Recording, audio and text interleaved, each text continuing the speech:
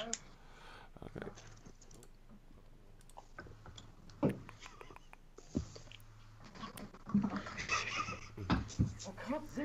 Hello and welcome to our live stream E3 debate. I think I can hear someone's speakers. Who's doing that? Naughty bastards. It's probably me. I'm turning that down. Right, there we go. So yeah, this is our big E3 debate. We are the 8-bit debaters, and I'm joined for this super special live, super duper special. I'm joined by the wonderful Paddy. Hello. I'm joined by Alistair. Hello. I'm joined by John. Who's doing that? Hello. And I'm joined, and I'm also joined by Geordie as well. Hello, Geordie. Hello. There we go. So, if for those of you that don't know, we are Twisted Bar Down Gaming. We do sort of things and stuff, I suppose. We do all sorts of videos and stuff, and we one of our shows is the 8-bit debate, is where we like to come together and have an argument about what's going on in the video game world.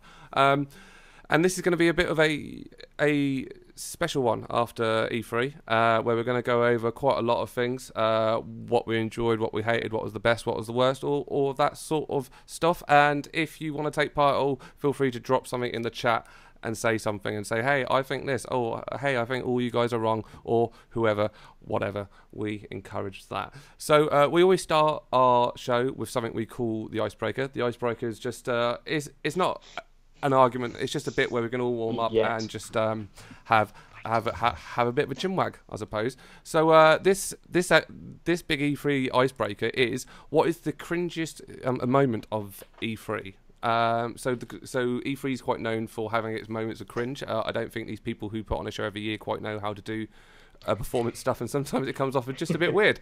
So we've chosen out our most cringiest moments of E3, and we're going to start with Paddy. Paddy, what was your cringiest moment of this E3? So now, I love big guys in jumpsuits riding motorbikes. Oh, yeah. I know. I love that shit. And especially when they kind of, they go up on the stage and then they fall over on the on like a pre-prepared like fall and whatever. So that kind of trials thing, that was good. I enjoyed that. And then all of a sudden they bring out Professor Fat Shady, who's just some dude who's good at this video game. And when they just should have ended the segment, they just keep going. Like, guys, just stop. We don't need to see more about this like little kind of game that you're doing. And then he came out at the end wearing a helmet as well, but he didn't have a bike. So safety first. I get it, but it just for me that was just. I mean, there's a lot of cringe in the Ubisoft press conference, but that really took the cake, I think. Yeah, no, that was just. I have to admit that bit didn't sit quite right with me as well. So Al, what did you find the cringiest part of this whole E3? Mine was kind of an accidental cringe, and I felt kind of bad for them because it wasn't their fault. But it was when during the PC gaming conference, when like the two doctors came out with a like 2-point hospital game, right. And the guy who was meant to be talking, his mic completely broke, and you could hear people panicking in the background as well. Oh yeah, I think the first bit was like, what's wrong with his mic? And then to fix it, the host literally grabbed the guy, shoved him into his chest to speak into his lapel mic, and then just during the talk, he's like, "Don't look down there." What's going on? I just felt so awkward and so bad for the guy who'd built up for this moment, and then just had that happen to it. And I mean, they did well considering. I just had to hide for a bit, going, "Please, guys, you don't do social interaction. Stick with your games." It's awful. Yeah, no, that was pretty dire. Saying that there was much less of the technical hiccups this year. And there's normally a trailer that doesn't play or something. There was a lot of audio problems in this one. A few audio problems, but normally not as bad as something you see before, where like the trailers are broken and the whole experience is just ruined. It's brilliant. So next we're going to go to John. John, this is one of the first E3s that you've watched. This is something that I've sort of brought you on board because you're more of a PC a gamer and don't really take part in all that hoo-ha. But we thought we would drag you through kicking and screaming this E3. So for you, what was the cringiest thing that you saw? It was the Finnish guy on the trials one. I think it's the start of, I think, what Paddy was talking about. Yep. Guy who rocks up on a motorbike, drives through with the Captain America outfit, and he falls through the done TV. The half-halves. Yeah, falls through the TV, and then has a really, really broad Finnish accent, which was the last thing you expected in Captain America outfit. Yeah, it was painful. It was really, really painful. Really hard to watch. No, to be fair, I think this year overall has been quite timid on the cringe overall. I think certainly the past 2 years have been a lot more aware of the cringe, but some companies don't even give a crap. So, Geordie, well, for you, buddy, what was the most cringiest moment of this whole E3? Mine, I went for the Andrew WK performance for the Bethesda. That was music. The band. Music should never be performed at E3. We learned this a few years ago with Jason Derulo. Jason Derulo. For Just Dance, you don't do it. And yeah, it wasn't. It felt like nobody really cared. Like it kept cutting to the crowd, and they were motionless, and it was very, very odd. Awkward, yeah. It's just I always think that when they start playing music in these conferences, and it's sort of like, I know they did it in PlayStation as well, and I think they tried to at least capture the theme of what was going on. But it just seems like, just show us the bloody game. You know what I mean? Just like, what are you doing? But yeah, it's all we're here for. I think, well, for me, I think I'm on board with Geordie as well. I think I'm the same as that. I just found that whole section cringeworthy. But yeah, that was our icebreaker round. That was the warm up. If you had any cringy moments that you saw during E3, pop them into the chat. I can see we already got Judith kicking around in there, and we've got Nathan from defending the game. We've also had Mel drop in and say hi, so it's really cool that you've all dropped in. If you think anyone's wrong, just say so. But now we're going to go on to the main part where we argue. No abuse, please. Where we argue the toss out of things. That was just a warm up. No one cares about that. Let's get to the big stuff. So our first big question this week is going to be, what was the best new IP shown at E3? So the way we're going to do these debates, there's going to be 3 people who argue and 1 person who sits back, and it's just going to be our researcher, I suppose, that if we need any facts checking, they'll be there on hand, or 3 people go head to head. So for this first debate, we're going to have, I'm just going to need to check who's going to be. It's going to be Paddy, Al, and Geordie arguing about this one. So let's start with the lovely Paddy. Why don't you tell us what game you've chosen and why in less than a minute? I have gone for the Ghost of Tsushima as my best new IP seen at the show. To be honest, it felt like there was a bit of a kind of dearth of new IP. Like I mean, there are new IP shown, but kind of new stuff that we've seen at games. So we've seen one cinematic trailer for this game. So this time we got an actual proper bit of gameplay, and we had a cinematic that kind of turned into gameplay, and one of those ones that you could barely tell the difference because this game just looks stupidly beautiful. Like, and it really gave you everything that you needed to know, I think, about like how it's going to feel to play this game, like the grasslands. And something interesting that popped up was it was like day 9, I think, of the invasion. So they're kind of, you can see, I assume the world is going to change. You got this kind of into the open world. I think it's what makes it stand out to me is that it's not like anything else that we've seen from a Sony first party. Like, you know, kind of that quality game. You know, it comes from such a good studio that makes really good looking, like, fun games. It's really different. And it's just because it just looks so different and cool, and just that samurai sword, man. It rocks. It's no, that's awesome. Cool. That's cool. I think it's quite fair to say that trailer blew us all away. So it's going to be quite a hard one to argue against. But we are asking the question: what is the best new IP shown at E3? So next we're going to go to Al. Al, do you want to tell us what is the best new IP that you saw at this E3? Well, I mean, if we're going for IPs, we have to go for something that's completely from left field, something completely new, and Maneater, a shark PG. It's even got its own genre. You can't help but love just the fact that you play as a shark and you have skill trees.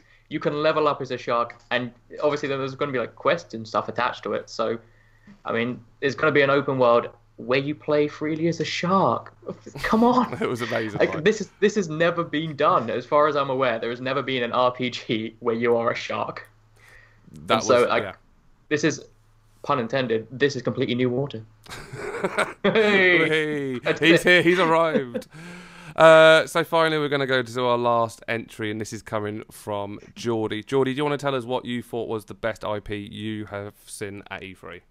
I went for the highly anticipated superhero game, Insomniac's Spider-Man. Yeah, that's a cool game. Yeah. This game, we finally got a release date for it, September 7th. It's highly anticipated. We know we're getting it soon this year. And we got a great look at it at the end of the Sony conference, and it just looks amazing. It looks so smooth, and the web swinging physics looks great, and it's just brilliant. And they've shown that you're going to have a huge roster of Spider-Man villains, so there's going to be so many great characters, and I just cannot wait for this game.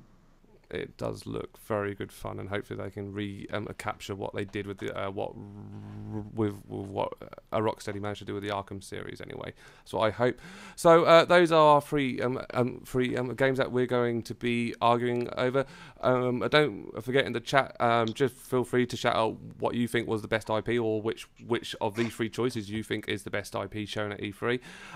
We're going to argue now, and I'm going to let these three guys argue about why theirs is the best and the others are the worst for a little bit of time, and then after that we'll call it a day, and we'll see which one we think out of all the three arguments put forward, which one we think is the winner. We're always going to try our base our judging on what's been argued on the day, not what we think beforehand. So I'm trying to blank my mind from all my own personal choices and preferences, and trying to be. Oh. I know, Al. I know you try to choose all your answers based on what I like, but no, I'm going to try and be as impartial as I can and go on what people say. So yeah, I suppose with that, let's get our people in place. John's up there in the corner now, looking very nice, and everyone's in their place. So feel free to fire out what was the best new IP shown at E3. I mean, firstly, Spider-Man it's not a totally new IP, is it? It's all been done before. You've got the Spider-Man games of old. You've got all the comic key fighting games. I mean, come on, a shark. Playing as a shark is completely new. There has never been done before. Jaws Unleashed. Crap game. Disappeared into the ether. We haven't seen enough gameplay for Maneater. We haven't seen enough demos, so we don't know. This could be entirely like Jaws Unleashed and could be terrible when it comes out. Have a full history of a shark. How does the game play out? With the shark, Finney. Mm-hmm. It's not what's the best game. It's what's the best. No, I know. We're talking about like the best new IPs is one that's going to make a splash. The one that like people are going to be talking about the next day. And sharks make a splash right there. How much coverage have we seen of this game going forward? I've not seen. And also, it was kind of shoved away in the PC conference, which is barely even really an official E3. Nobody watches it. But in the PC conference, with all the other crap that we had to go through, what is the one thing that everyone took out of it? Maneater. Great Hitman. Hitman was even a little bit of a satisfactory. Okay, this looks good. The third season of The Walking Dead. Like they were like little the sacrifice. But at the time, everyone set up actually paid attention. Went, this looks amazing. Yeah, people had laughs. This is a great idea. I haven't seen anything about it since. There is so much room for it to expand, because you get to play as a shark in a completely open world. Oceans are big, bro. Oceans are big, so you have so many new different. You have so many new. Like, you can go to different beaches, different continents. You can go to coral reefs, deep sea. Maybe you can. I don't know how they're going to do it, but you can either choose. A shark go. Yeah, you can even choose your own. Like, maybe you can choose your own shark and have different traits. So it'll be like an RPG. So it's what we don't play that. We don't. But this new IP opens so many possibilities. And then I was thinking, and this made me so much look forward to it, because I hope this is in it. They could possibly have expansions like the Megalodon, Mega Shark, all the sci-fi crap films of like Mega Shark versus Giant Octopus, where a shark eats a plane, Mega Shark versus Dino something, Godzilla. Why not? Are you doing that Kickstarter pitch? Are you trying to tell us why it was the best new IP? This could be. I mean, I could do it with Kickstarter, but there's so many places where this game can go. And I think as an IP, that is very important, that it makes its mark initially. So Maneater, boom, it's new, it's edgy. People are like, this is interesting, I'm going to keep an eye on this. But also, it has to have a bit of depth. Again, pun not intended that time. I just we're talking about E3. Like, E3 is, as much as PC gaming is a huge part of everything we do, and there's like loads of games in the Microsoft conference are all on Windows 10. Like, you don't really watch the E3 press conferences to like find out what you're gonna be playing on Steam. Like that's not really what they're about. Like it's about what are the big games that are going to be picked up by like all the main sites, like even like non-gaming sites, and that's where like the Sony exclusives like Ghost of Tsushima, that's where it's going to be because that's not like we've not seen anything like that before from a first party like proper Sony studio. Like it's it looks absolutely ridiculously incredible. Everything about it is just new and exciting and different. Which, to be honest, definitely a shark PG is different. And as soon as we saw it, like all three of us were like laughing our heads off. But that's all it is. It's a bit of novelty that's going to be shoved away on Steam, and like that does not, to me, scream I don't think the best thing is new IP of. how I agree. how they talked about it didn't make it seem like it was just going to be a gimmick. Because I mean, the fact if it was just a gimmick, they'd be like, you can play as a shark, you can eat people off a boat, and they'd focus on like the fun you could have as a shark. But instead, they started talking about like, I mean, I really picked up on the fact that they said there's going to be a skill tree for a shark, which means they plan on people pumping hours and tens of hours, hundreds of hours, depending on the depth and the variety of the skill tree. So they are taking this game seriously, which showed it wasn't actually a gimmick. Do you see the skill tree? Did it look like a big skill tree? It looked like a very big skill tree. Lots of water in the ocean for a tree to grow, isn't it? And so that means like there's going to be levels. There's going to be individual levels for the shark, and then there's going to be quests or like missions. An ogre. Or something, yes, levels like an ogre or a shark. Yeah, again, like I can't disagree that it looks like a good time. It's just I think more in terms of the size of the like what E3 is, and we're talking about the best new IP from the show. I just can't think it can be that game. And I think with Spider-Man, like it's a very known quantity. We've seen multiple, at least I think definitely one very long bit of gameplay beforehand. So yeah, it looks cool. We've seen some new villains, but like I just feel like everything we'd seen before. This like was a completely unknown quantity at this point, and I think they delivered in absolute spades. I mean, Ghost of Tsushima is something you can almost say, okay, this is like this game, this is like this game. So I think when they were doing the in the trailer, they showed the guy breaking through the roof and sneaking along the beam. You can say, it's like a bit Assassin's Creedy, Splinter Celery, and so you kind of had Splinter Celery, the new game coming from Ubisoft. New IP, we win.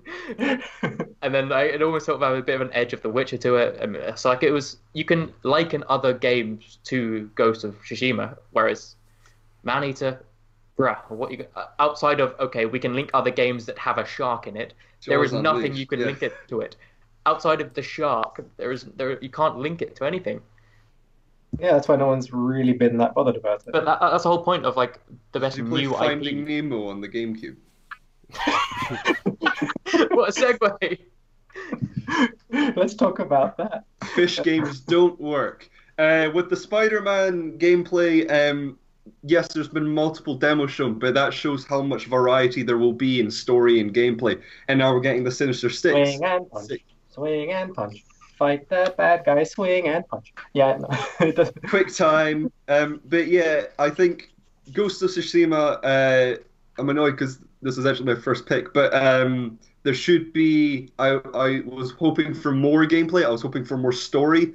We've got sort of no story in terms of actual like storyline gameplay, which I was sort of disappointed in. We kind of know what's happening. Like the island's been invaded by the Mongols, and like you're pretty much the last samurai. I think, but they did that. They did that last year. I wanted more sort of like to know who you're playing as. But, Tom Cruise. But we got sort of nothing from that. We just got him killing a bunch of guys in really cool ways, but it was just violence, and so was the Assassin's Creed Odyssey demo, and that's boring. But with Spider-Man, you got a sense no violence of at all. who the characters are. Hugs and friends. Spider-Man, like I swear, a couple of minutes was just him running up a building, and then another couple was him swinging around said building. There wasn't much involved in the gameplay at all. A lot of it was just like the cinematics in between the gameplay, and every bit of gameplay was him running. I think there was like 30 seconds of him fighting on top of a building, and the dude got essentially killed. He got curb stomped and all that to turn around and go, you, and that was it. You monster. So if we're going by what we saw at E3, then Spider-Man has no better claim than Maneater or Ghost of Tsushima, because it literally had running, jumping, a swing around a building, and then getting beaten the shit out of. We didn't even get to see his combat, because he didn't do it. He lost most of the time. I just think like we're showing off a new IP. I think like what makes it exciting is seeing what you've not seen before. So we'd seen one cinematic of Ghost. Quite. We'd seen one cinematic of Ghost of Tsushima. We had no idea how it played, how it felt. I think what stood out to me from like that bit, and also like the whole Sony conference, is it's not just a cinematic. Like this is how this game looks. This is how it plays. You can get an idea of everything, and for me, that's what made it stand up. I think above the other stuff. And like Death Stranding would have been a decent, I think, also possibility to throw in there, but that was just looked like UPS simulator. So like I'm sure they'll show some more different, some different kind of. We need sponsors. But yeah, for me, that's what makes it stand out. But I mean, with an IP, you want it not to be you want it to be something that people look at and go, okay, they can go somewhere with this. You don't want just to see like, because an idea may be good, but it may be boring within 20 minutes. Because okay, it's a good idea, but I don't see where they can develop with it and where they can evolve things with it. Like being a shark. Once you've eaten a few people, bigger shark. Bigger shark. So when you have a new IP, you kind of want a bit of variety within your game, and I think Manita has the possibility to provide it. I'm just going to say it has the possibility because we've already covered. We don't know much about the game, but it can grow legs, and you go on land, and then you get a machine gun, and then you can kill loads of people. From the trailer, and then you go to a strip club, and from the trailer, you've already seen that you can just skim the edge of the beach and eat people and slide back in. And then I think when the developers were talking, they said part of your skill tree you could jump higher, so you could get onto bigger and bigger boats and things like that. So they're from what the little that they talked. Sounds fun for 10 minutes. Honestly, but I think the fact that how they've talked about it and how they've set it up as an RPG. I'll refrain from calling it a shark PG, even though it's fun to say.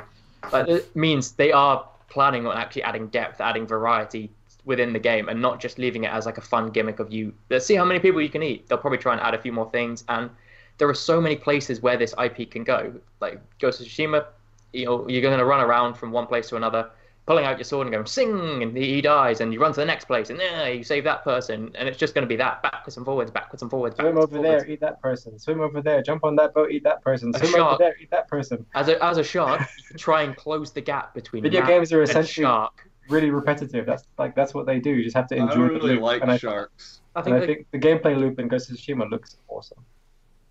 Okay, I think I'm gonna install a little bit of order here and see if we can Don't wind tell down. us what to do. Do you have a gavel? Wind down on some final points. I'm gonna start by asking Paddy, of the other two games, which one is going to be a better brand new IP? Spider-Man. Spider-Man, okay. And Geordie, of the other two, which one is going to be a better brand new IP? Ghost of Tsushima. Ghost of Tsushima. And Al, of the other two, which one is going to be a better brand new IP? Ghost of Tsushima. Ghost of Tsushima. Okay. So when it comes, the winner is Manito.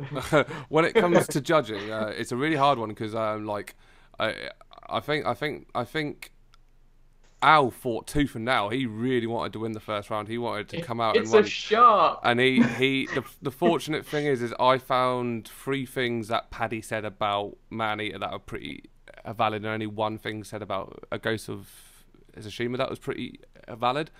So I'm leaning towards that way. But before I do that, I'm gonna confer with my fact checker, John. Did you check any facts?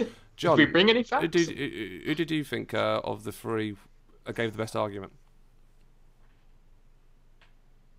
I think Al's was a bit too speculative. I think Ghost of Tsushima. Yeah. Sorry, Al. That's where I'm on. Okay. Sorry, Al. Yeah. The winner for this round is Ghost of Tsushima. Well done, Paddy. Paddy has claimed the first point and is 1 step closer to being E3. It looks like an Akira E3 Kurosawa champion film. 2018.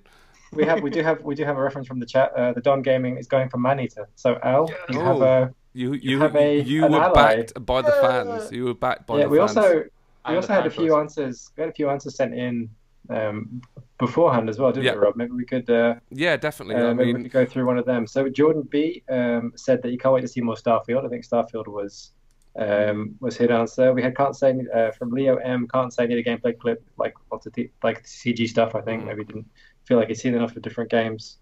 Let's see. Torgy Bear said he's going to say Cyberpunk. Okay. 2077. What else we got? Nejo G, Ghost of Tsushima, my boy. Yeah. I think that's what we've got from there. That's pretty cool. That's pretty cool. Right, we're going to move on to our next question, and our next question is going to be: what game did we not see enough of at E3? So this argument's going to work slightly different to the previous one, and the reason being is if we did all of these questions in the same way, we'd be here until the early hours in the morning. So we just don't have that much to talk about. This one's going to be a quick debate. So I'm quickly going to whip round all three people arguing on this round, and the people arguing this round are Paddy, Paddy, Geordie, and John. And I got worried there for a second. I know, right? I haven't prepared. And basically, that's his worst nightmare. I'm going to quickly ask you all one by one which game you've chosen, but I'm not going to ask you why. I just want the game that you've chosen, and after that, I'm going to set a 5-minute timer for you guys to quickly argue it out. Try and get your points in as thick and fast as you can, and in 5 minutes, we will choose a winner. When it comes to the live chat, please let us know what game you wanted to see a bit more of at E3, and if you wouldn't mind as well, put in your opinion of who you think should win the round as well. So yeah, we're going to quickly go through you all one by all of the arguers one by one, ask what they chose, and then we will go straight into the fight. So we're going to start off with Paddy. What game did we not see enough of at E3? I went for Halo. You went for Halo, great. And Geordie, what did you go for? Cyberpunk 2077. And John, what did you go for? Maneater. Maneater. Right, guys, go. This is going to be a theme. We waited 5 years for Cyberpunk 2077 since the reveal trailer, and they showed us another CG trailer, and then showed people behind closed doors actual gameplay.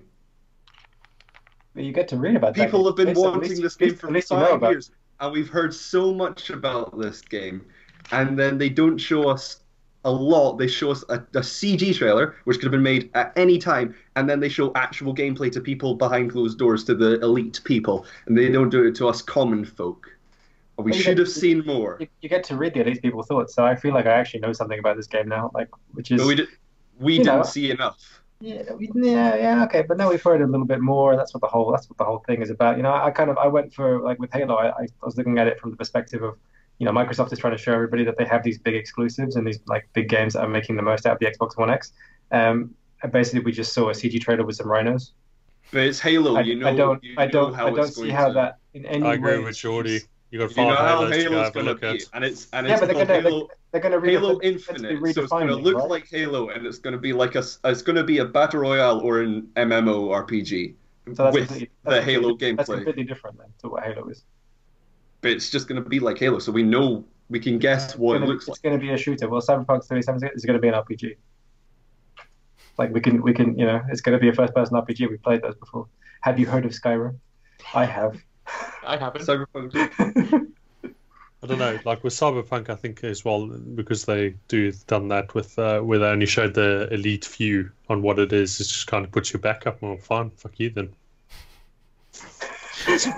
Fuck that game and everything it stands for. Yeah, exactly. Yeah, exactly. Yeah. I can't argue against Manity because I want to see more of it. Yeah. I mean, you can't deny about it. I mean, it's shocks. I mean, it reference to Al's last 5-minute pitch in terms of everything that may potentially we could have seen. I think. John just copied my entire argument for this. Yep, exactly. Al et al. There you go. Yeah. Reference 2018. You're welcome. Yeah, I mean, and for Halo as well, that died a death for me quite a while ago, irrespective of whether it's RTS, RPG, MMORPG, MOBA, or toilet paper. It's all the fucking same. The thing is, I've never played a Halo game before, so I've got an Xbox now. It's like, should I? What is it? What is it about? Like, what about this game? I should like make me interested, or like, how is this Microsoft's biggest franchise, or how is it going to like help them get back to where they feel they should be? No idea. Rhinos. Show us some, like that's the thing. To me, it seems like a bit of a last-ditch attempt to save the Game Pass. Game Pass, and you know what I mean. You're going to get some of the old rehash content from the previous games. I very much get the feeling of that. As much as I enjoyed them, I played the Halos 1 to 3 before my soul died. But generally, they were rehashed. Where did it go, Joe? Where did it go? And on this day, I died. Yeah, it was very much the same. The aiming system on it is awful. The only thing I could think that's worse than that is Fallout, but obviously they put the VAT system in to fix that. So, yeah, Halo screwed. Anything for Maneater? Just you know, like how much do you really need to see about a shark game? You're gonna swim around. Like we saw like a little bit of the shark swimming around and eating people. That is literally what the game is. We could tell, we could tell. I don't know what else can they possibly, unless like Georgie said in the other one, it grows some legs and has a machine gun. Like literally, what else do you need to see? GTA 6. I mean, GTA 6. going on from that, you could look at like global warming, overfishing. You could add a real kind of climate change angle to this. Of course, John's gone political. Okay, it's just a social justice game. I'm gonna affected this debate. I'm gonna call it a day. There, that was one of our quick debate. So it feels short, guys. It feels like just a quickie. But oh, fucking editing, like. Al, which way are you leaning of the three arguments that you've heard? I mean, as much as I'd like to say Halo, I think you can count that one out. Because, as I said, you can expect the gameplay-wise what to see. It's only really the story that you can kind of get a bit more information about. Maneater, you kind of want to see the skill tree, how that works, how they can set that up. Cyberpunk, I agree with Paddy's point, because people have written about it. There's a lot actually gone on about the actual gameplay. So post their trailer, you've learned a lot. So out of the three, I mean, it's not because I chose it for the first answer, but I have to say Maneater. You know what? I was actually leaning that way as well towards Maneater, because I think there were some really good points made about Halo and Cyberpunk, but not very many good points made about Maneater. And obviously, the one point you made was the opposite point to what you made in the last debate. So it's a hard one to not be able to give to John. So John wins this round with a Maneater. Yeah. Can I get half a point, John? Nope. Nope. So that brings the scores with John on 1 and Paddy also on 1 and Al and Geordie still sitting on 0. But now we're going to go through to our next question. Also, we did have some responses from that. We had Don come in saying he actually wanted to see more of Forza Horizon. I believe it's Forza Horizon 6, isn't it, or 5 or 4? Is it? 72. Yeah, it's number 4. But we saw everything about it. It was driving through walls. No, I mean, in the English countryside. I kind of see that. I mean, he's going more from the point that already, don't you? Drove down he was more going down the point that he thinks it's set near him, so he just wanted to see more of it. So more from a personal point fair of view. enough there. That's for me. We also have some.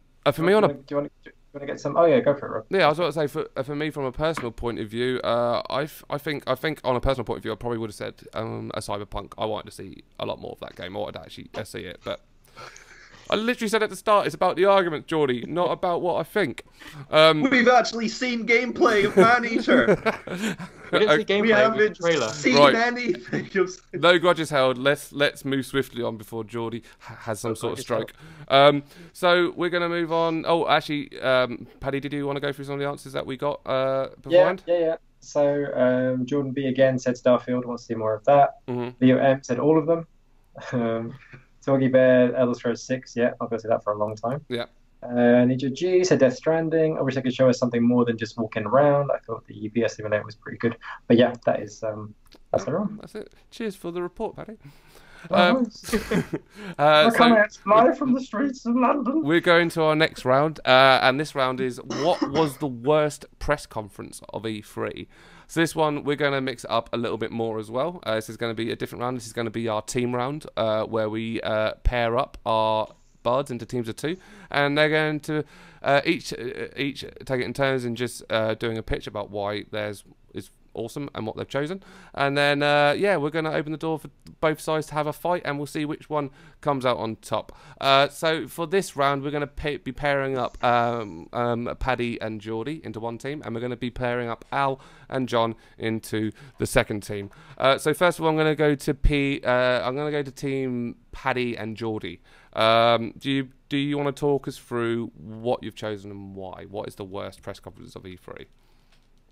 We've gone for EA, Electronic Arts, Yay! as the worst conference of E3, and just because they only really showed us 3 new games, not including the 3 sports games that I knew, but we knew they were coming. And they, on top of that, they gave us nothing about any of them. Like we didn't see anything about any games they showed. So like they had 2 like big announcements to make from the show. So one of them was Anthem. That was the one everyone was looking forward to. We saw about a 20-second gameplay loop for about 5 minutes while some people on stage talked about it. This game has been in development for a long time. It's BioWare's like what they were doing when they should have been making Mass Effect good. They were making this game. We have nothing to show at this point. Like this is basically no more than we saw like a year ago. And they took up such a long time on basically showing us, nothing. And then even the games that you expect to have, like Battlefield, they were like, yeah, here's a little bit about it. It's going to have a battle royale mode, and you'll see more about it at Xbox. And Xbox had a 30-second like trailer of one of the kind of combat stories. That's cool. But even like what you expect them to show. So hey, here's FIFA. Here's the new like passing system, control full map. They did none of that. Couldn't even be bothered with that. They were just Ultimate Team's back. There's a World Cup thing. In FIFA 18, FIFA 19 coming. Have a good day, everybody. They had John's worst game of the show, Command and Conquer. Yeah, that looks great. That was an eternity, that demo for a mobile game. They had 2 people live playing a mobile game that looked boring as hell, which had a great CG trailer actually. I probably should put that one in. Great one. And the biggest announcement of the show was a super awkward interview with Vince Zampella in a cap who looked like had a gun to his back, saying, "Tell them there's a Star Wars game, and your family lives." But there's no gameplay. There's no nothing. It has a name. Just them talking about it. That's great. Cool. And then you had Andrew Wilson up on stage, and you could just feel him thinking about his jet skis. I'm just gonna wind in your pitch, and we'll get into it. What we'll do as well, we'll work the same from the other side round, because I was gonna say let's pitch in pairs, but actually let's just choose one person what to pitch, just so we can get straight into the fight. So either Al or John, do you want to tell us what you've chosen and why? After you, Al. Okay. Firstly, we'd like to be called Team Maneater. Okay. Because of our choice in the first one and our private lives as well. Yeah. I think you should think about that name a bit. Oh, I have, John. I've thought about it a lot. And first, let me just put out. We've chosen PC, obviously, the PC gaming show, the worst conference of all. PC standing for proper crap. EA, easily average. And we have a winner. I knew my phones would come in handy, but I mean, John, I'm gonna talk for John here for a little bit. Even John, the biggest PC fan that we have, couldn't hack it through the conference. He left like halfway through because he wanted to see one game that wasn't even there, and nothing else interested him, and that's all he plays. So this is like all the games that he'll have for the next 6 years put in front of him. He didn't care. They were just one piece of crap after another. And if a game looked kind of interesting, they just showed a small game trailer, maybe had a community manager, not even a developer bothered to show up. Community manager, I mean, who is that? Somebody talks to the fans, doesn't know about the game, just knows about the fans. It's poor choices.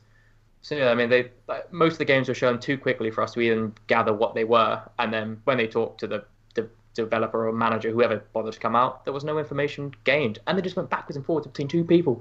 You could never catch your breath, and it was just one after another of dull. There were too many games in too little time. Well, that is a very well put pitch, and I think it's going to be quite hard to argue against either of these two, really. But I'm going to put you guys into nice little boxes so we know who's on each side. So we've got EA Play versus PC, a gaming show. What was the worst press conference of E3? You've got about a 10 minutes, quarter of an hour to fight out. Go nuts. I don't think those were all the games on PC that will come out in the next 6 years. Yeah, that was the highlight of all the games that would come out. What's the name of your team? Mania. And what conference was Mania shown at? Oh yeah, PC. I mean, it had some good games. Yeah. Oh, yeah, exactly. It actually had amazing games. It had Mania. okay, you had Maneater, you had Hitman. The only place we saw Hitman. You had Overkill's The Walking Dead. The other Walking Dead season 3. You had Walking Dead looked disappointing. Two Point Hospital, which looked really funny. Warframe. Interesting. Warframe. Like, yeah, it was actually. You said it was too much in too little time. I thought it dragged on like a long time, but at least we spent time with the game. We spent time with the developers. Like, sometimes the community manager came out to tell us about their community. They didn't care. I'm pretty sure they do. But like, they actually, they gave us a little bit about what the games were. There were some really interesting looking games, like Factory Game as well, the one where you build a factory. Like, it felt like a place where guys, small teams making interesting looking games could come out and have a chat. EA is like the biggest one of the biggest corporations in gaming, and they had fuck all. They had nothing. What do you mean? They had the announcement of Battlefield 5. Okay, which we knew they had Unravel 2, a fantastic sequel, Sea of Solitude, and Anthem. A Battlefield 5 that we don't know. It has a battle royale. We didn't show you the battle royale mode.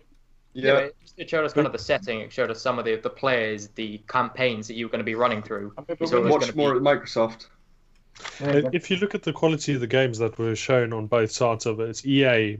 Am I correct in thinking that all of them were AAA titles? I know all the sporting games were. Battlefield was. Not that we saw anything of them. No, Sea of Solitude and Unravel, I'd say, aren't. Yeah, they're not. AAA. Okay, so predominantly AAA. In terms of the PC ones, there really weren't that many at all. If you look at the sheer number that was shown, I mean, they showed things like EA is a AAA publisher. Yeah, that's what they do. PC gaming does encompass a lot of AAA publishers. With the PC conference, you had developers coming out and explaining how the game worked. With EA, you had the woman from the Sea of Solitude team come out and explain how enthusiastic she was about pitching this game to EA, and it took her so long to actually get to talking about what the game was. And it was she was talking about how the emotions of the game were incorporated and latched to everyone's everyday life, and sort of how they would follow the same story and kind of feel what the feelings of Sea of Solitude were. There was deep meaning. I think there was also like a vibe, of all these kind of young creators coming up on stage and getting to show their games in front of people, and it felt like it might have dragged a bit, but it felt like quite a happy thing. Whereas EA's was like this really corporate, boring, dull. Like, we have to do this every year because that's expected. Our shareholders expect us to do this. We've got nothing to show anybody. Like, we actually don't give a shit about E3 anymore because the last few years we've just been showing like little developer videos and stuff. It genuinely didn't need to exist. Whereas I think like the PC one was, for all its faults, at least had something going for it. Like, they had the different hosts, and I think a lot of the games that had a duck. It did have a duck. That was weird as shit. Yeah. A lot of the games that you talk about and say like, they're boring, no one cares about them. I mean, they have a huge fan base, like FIFA, the NBA, Madden. I mean, yeah, we may not care about them. We may see it and go, why are they like this NBA? We question why. What about? I'm saying The Last of Us. These games just have massive audiences that would literally hang on to the new things that would come out. And I bet loads of people went crazy that there were customizable shoes. Take my money. Well, there were customizable shoes in NBA. I think a lot of the fans of NBA would have been like, "Oh my god, that's amazing!" How much is that going to cost? I mean, we didn't care, but there is a huge fan base for the games that were put out in EA. Whereas I reckon if we played clips of each and every game shown in the PC conference, you wouldn't be able to name them, but you would be able to name everyone that was shown in the EA conference. Because they all just sort of happened, they came at you, and they just all blended into one, and you wouldn't know what's going on. We all know what they are ahead of time, and we've seen them before, and they didn't show us anything. So even like new IPs like the Sea of Solitude, and I mean Command & Conquer was almost unrecognizable, yet you could still tell it was a Command & Conquer game, so you could still recognize it. Whereas a really good one, right, John? An absolutely fantastic one, yeah. It's coming out on PC. No comment. The Madden segment was literally, it hardly showed any of the game. They had a celebrity, not even a celebrity, like an esports player come out, and it was one of the most awkward moments. I should have put that as the awkward moment, the icebreaker, because they couldn't speak. It was so obvious they were speaking from script. They found an esports player who was talking about chasing the money. Like, they found a guy from a gamer talking about how much he got the money. It's like, oh my god, it's EA's king even, not a queen. Queen. I don't assume. Did you just assume? I don't assume. It could be a king or a queen. Points deducted. He was such a twat. But I think it's like the game show, and you could at least go, okay, this may not be my thing, but people want to know about it. People want to understand about it. PC, they try to give so many new unknown games a chance. I mean, That's fair nice. enough. Like, yeah, I mean, it's It the concept. Yeah, the concept was a good idea, but I think they tried to put too many games in there and tried to. Because I mean, these unknown games, you need to talk about them. You need to bring out a developer to explain and maybe like give a bit of love to the small developers out there. But they just did it with too many games, and it didn't work because I can't remember one developer from the other. I couldn't, like, at times I was going, wait, this is the game about this trailer, and then they'd show two trailers back to back and then have a developer talk about a different trailer, and it was a bit confusing. And then the backwards and forwards between the two presenters, I mean, they tried to make it work a bit, but it seemed too fast. Frankie. It seemed too fast paced, and for that length of time, it all just fell apart in terms of like anyone paying attention. I mean, even the notion of the name of it is just kind of a catch-all, a generic afterthought. You can tell these are like my inner crying about it, the shit we get on PC gaming. But yeah, generally it was. So you had your publishers that had very kind of specific types of games and what they specialize in, and then you got PC gaming. It's like, there you go, nightcab. Well, I mean, to be honest, it's kind of a I guess they try and encapsulate and bring the maybe the best, like almost like a curation almost that you can think of. This is the stuff that we've seen that we think is really cool, which like PC gaming is such a minefield. Like, how it's actually quite nice to have somebody's obviously gone like, yeah, this game is cool, let's bring this one out, and they're like, let's talk about and focus on these games and try and sprinkle in a little bit of a place for some of the cool stuff that we know is coming and haven't seen anywhere else. So like The Walking Dead season 3, that's really cool to see somewhere. You go to EGX Res though for that, not E3. Yeah, but I mean, like, we're giving, but we're putting it. Do you want to give that shots fired across the bow? I think. Sorry, buddy. You can have a hug. Are you saying these games are only for like the hardest of the hardcore who go to EGX? Because I think like we're giving them to everyone. That's the whole point, right? Like, calling me hardcore. Yeah, and Al who goes to EGX Res. Like, it's not just some dude who's paid for a booth at EGX Res. Like, it's like a PC game. It's run by PC gamers, so they've obviously gone, I think that's really cool. Let's give this an audience. Like, this guy's a one-man studio and he's making an awesome game. Let's put that somewhere. Like, it's actually quite, for all the flaws of the conference itself, it's actually a nice, idea. The concept was good, but it wasn't done well. I mean, like 4 or 5 of the games were battle royales. Company with like the most money ever, and they can't put on a decent conference. None of their games seem to be doing anything. At least in EA, they were all varied games. Like, you could go, okay, this was a different game, this was a different game, and they spread it across the board a bit. Whereas the PC gaming, I think four of them were like walking around simulators. There were definitely, I mean, I can count them on my little notes. There was 4 of them that were battle royales. My little notes. There were a couple little mods and like stuff that we just really didn't care about. Like, we go, okay, yeah, that looks alright. I'm not going to pick it up though. How many games? You don't play games, so I would have gone. Don't even use that. I looked at EA and I went, Battlefield 5. Alright, I might pick that up. Unraveled, I've already got that downloaded. Anthem, I'm going to see how that goes. I might pick that up. It looks quite interesting. Like this is when you show Anthem. Nothing. We know more than we did last year. That's the thing. It's all like based on the massive disappointment. You have this huge publisher that's basically got like 4 games in the pipeline, and they don't have anything to show you about anything. You can't just go through our games and say, oh, I might have that, because I could say that for years. I could say Hunt Showdown, I could get that. Warframe, I already have that. Hitman 2, I'll get that. Satisfactory looked like Minecraft Tekkit, so I'll probably look at that. So PC you got a lot of time in your hand. Yeah, I mean, like, I'm gonna interject here, and I'm going to call the end of the debate there. We've reached our time limit on that one. It was really hardly fought, and to say fair, I really wish I had a note taker to confer with, because that was really tough. There was times where I thought PC gaming was edging it. There's times when EA Play was edging it. But I think Geordie's final point there sealed it really for EA Play to take the win. I think he made a fantastic point that. Pardon me. You can watch the PC gaming conference and pick out a lot more games that you probably would pick up if you had the chance. Whereas EA Play, Anthem at best, and even then it's a bit like, oh, it's a big risk. So yeah, it was a really hard one to choose, but I think I'm gonna have to lean slightly to Paddy and Geordie on this one. So that brings our overall scorage then. That brings Paddy to, who's going to be our leader at 2. Al is currently sitting on 1. Al is sitting on 0. John is sitting on 1, and Geordie. I was surprised when I got a 1. And Geordie is also sitting on 1 as well. So something we're going to be doing a bit later on in the debate. Towards the end of it, we're going to be doing an audience choice round. Let's just hope there's a fucking audience here to be able to choose it, or else we are going to have to be the audience who choose it. But we have a choice of 3 questions, which we're going to ask our audience to choose which one they want us to argue about. So our 3 are: what was the most surprising announcement of E3?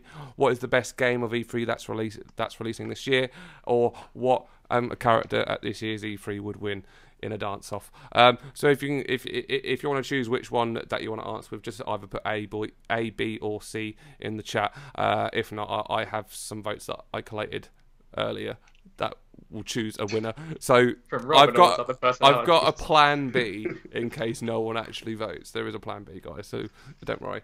But if you just put either A, B, or C, or which one you would like to see in the chat, then we will make sure that we put that question forward when we get round to that round. But now we're going to go on to the next question, which is going to be another quick round. And the question this time is: what was the best sequel shown at E3? And I've noticed I've done something wrong on my OBS, so I'm just going to quickly do. Yeah, that was absolutely fine. There was nothing, not a problem, all fixed. Great stuff.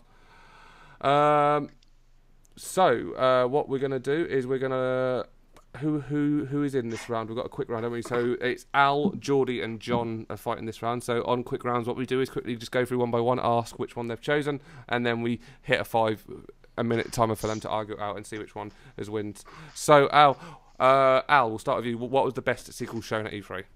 Hitman 2. Okay, Geordie, what was the best sequel shown at E3?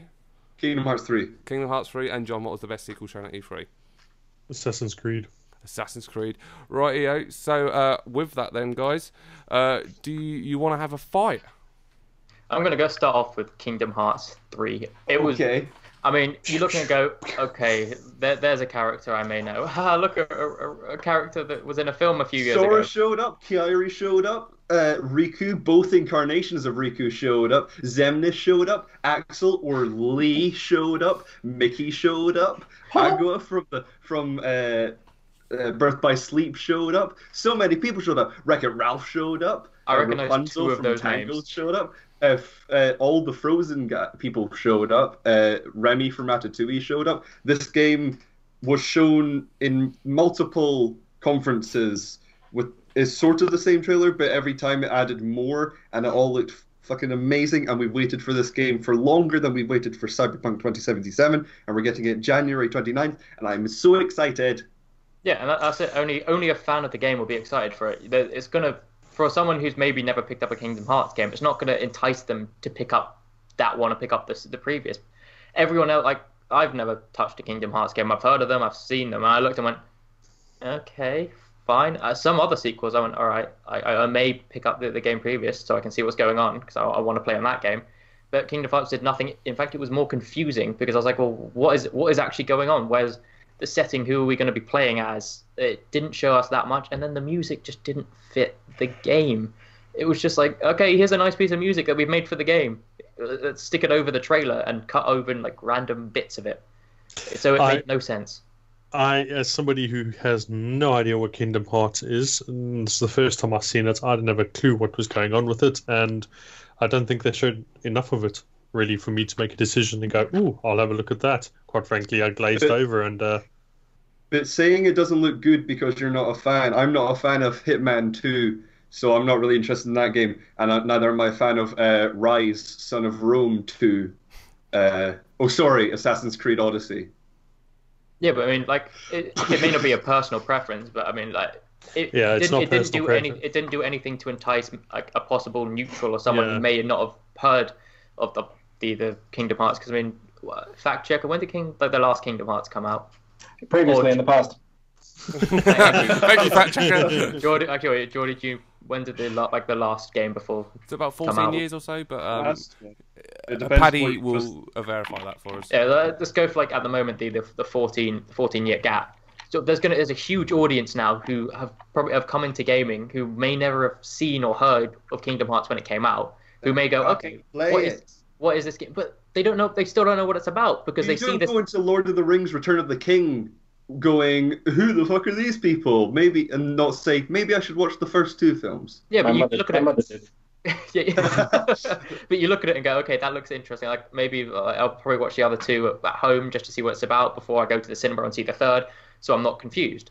With the game, it's kind of some of them do have a bit of importance with the previous. Some of them try to do their standalone. But I'm assuming Kingdom Hearts is doing. They're going to tie the old game so people can go, oh, that person or that person. Kingdom Hearts 2 came out in 2005. Kingdom Hearts 1.5 Remix came out in 2013. Kingdom Hearts 2.5 Remix came out in 2014. Kingdom Hearts 2.8 Final Chapter Prologue came out in 2017. I just want to remind. God, kill me now. I just want to remind people we've got roughly 2 minutes, and I've only heard really about Kingdom Hearts. So that's because it's shit. Assassin's Creed Odyssey. Are people still excited? Well, obviously they are excited for Assassin's Creed Odyssey, but why? I think you just shot yourself in the foot. How does it look? How does it look different? It looked completely like Origins. There were no actual assassins or Michael B. Jordans in the gameplay. But this is the gameplay and the story evolving, because let's be honest, if you're going to get the same thing over and over, like what you have before, you get the series goes stale, and then they have to take a year off. But I mean, I'm going to pick this up because Rob said it during the actual conference. He said that Assassin's Creed Odyssey looked very much like Origins, where they move you from one town to another, where you don't get the intimate feel of previous Assassin's Creed games, which, as a lot of people would love, like to know a little like their area. I mean, I know Rob loves it. I'm speaking for you there, Rob. Well, I mean, we've only seen bastards. We've only seen part of the trailer. There may be cities in it. Yeah, I mean, this trailer was all over the place. Like you were fighting on a beach, and then you're up on a hill, and then you were in a little town. And the Spartans, like historically, had small warless settlements dotted around the place. They didn't have these big mega cities where everything was localized. They were dotted around, and that is their history. And if they do that, it's not historical. So why are they trying to do it? So it's a crap game. Either way. There were no there were no assassins, so it didn't look like a good Assassin's Creed. They didn't wear the hood, or they wore the hood for like maybe a second, but that may have been just because they were cold and they didn't like their ears being too frozen. It gets cold in Greece. I'm going to give John. To be honest with you, I'm going to give John a chance to retort, and then I'm going to ask you guys to move on to Hitman. I don't really know, to be honest with you. As far as I can tell, for my personal opinion, is the sequel. The trailer looked pretty decent and seemed to be moving on from the kind of stale previous rehash what they had year in year out. I think the Roman / Spartan kind of era is something that correct me if I'm wrong, fact checker, but somewhere that they're not that they've not visited before. No, so that's true. Awesome. Cool. I'm going to ask you guys just to do a minute on Hitman. Let's move away from Assassin's Creed. Will Hitman 2 be episodic like the first one? They seem to suggest it would carry on in a similar vein, because they didn't mention exactly if it would be episodic, but they said elusive targets would be back, so it kind of hinted that they may keep the same structure.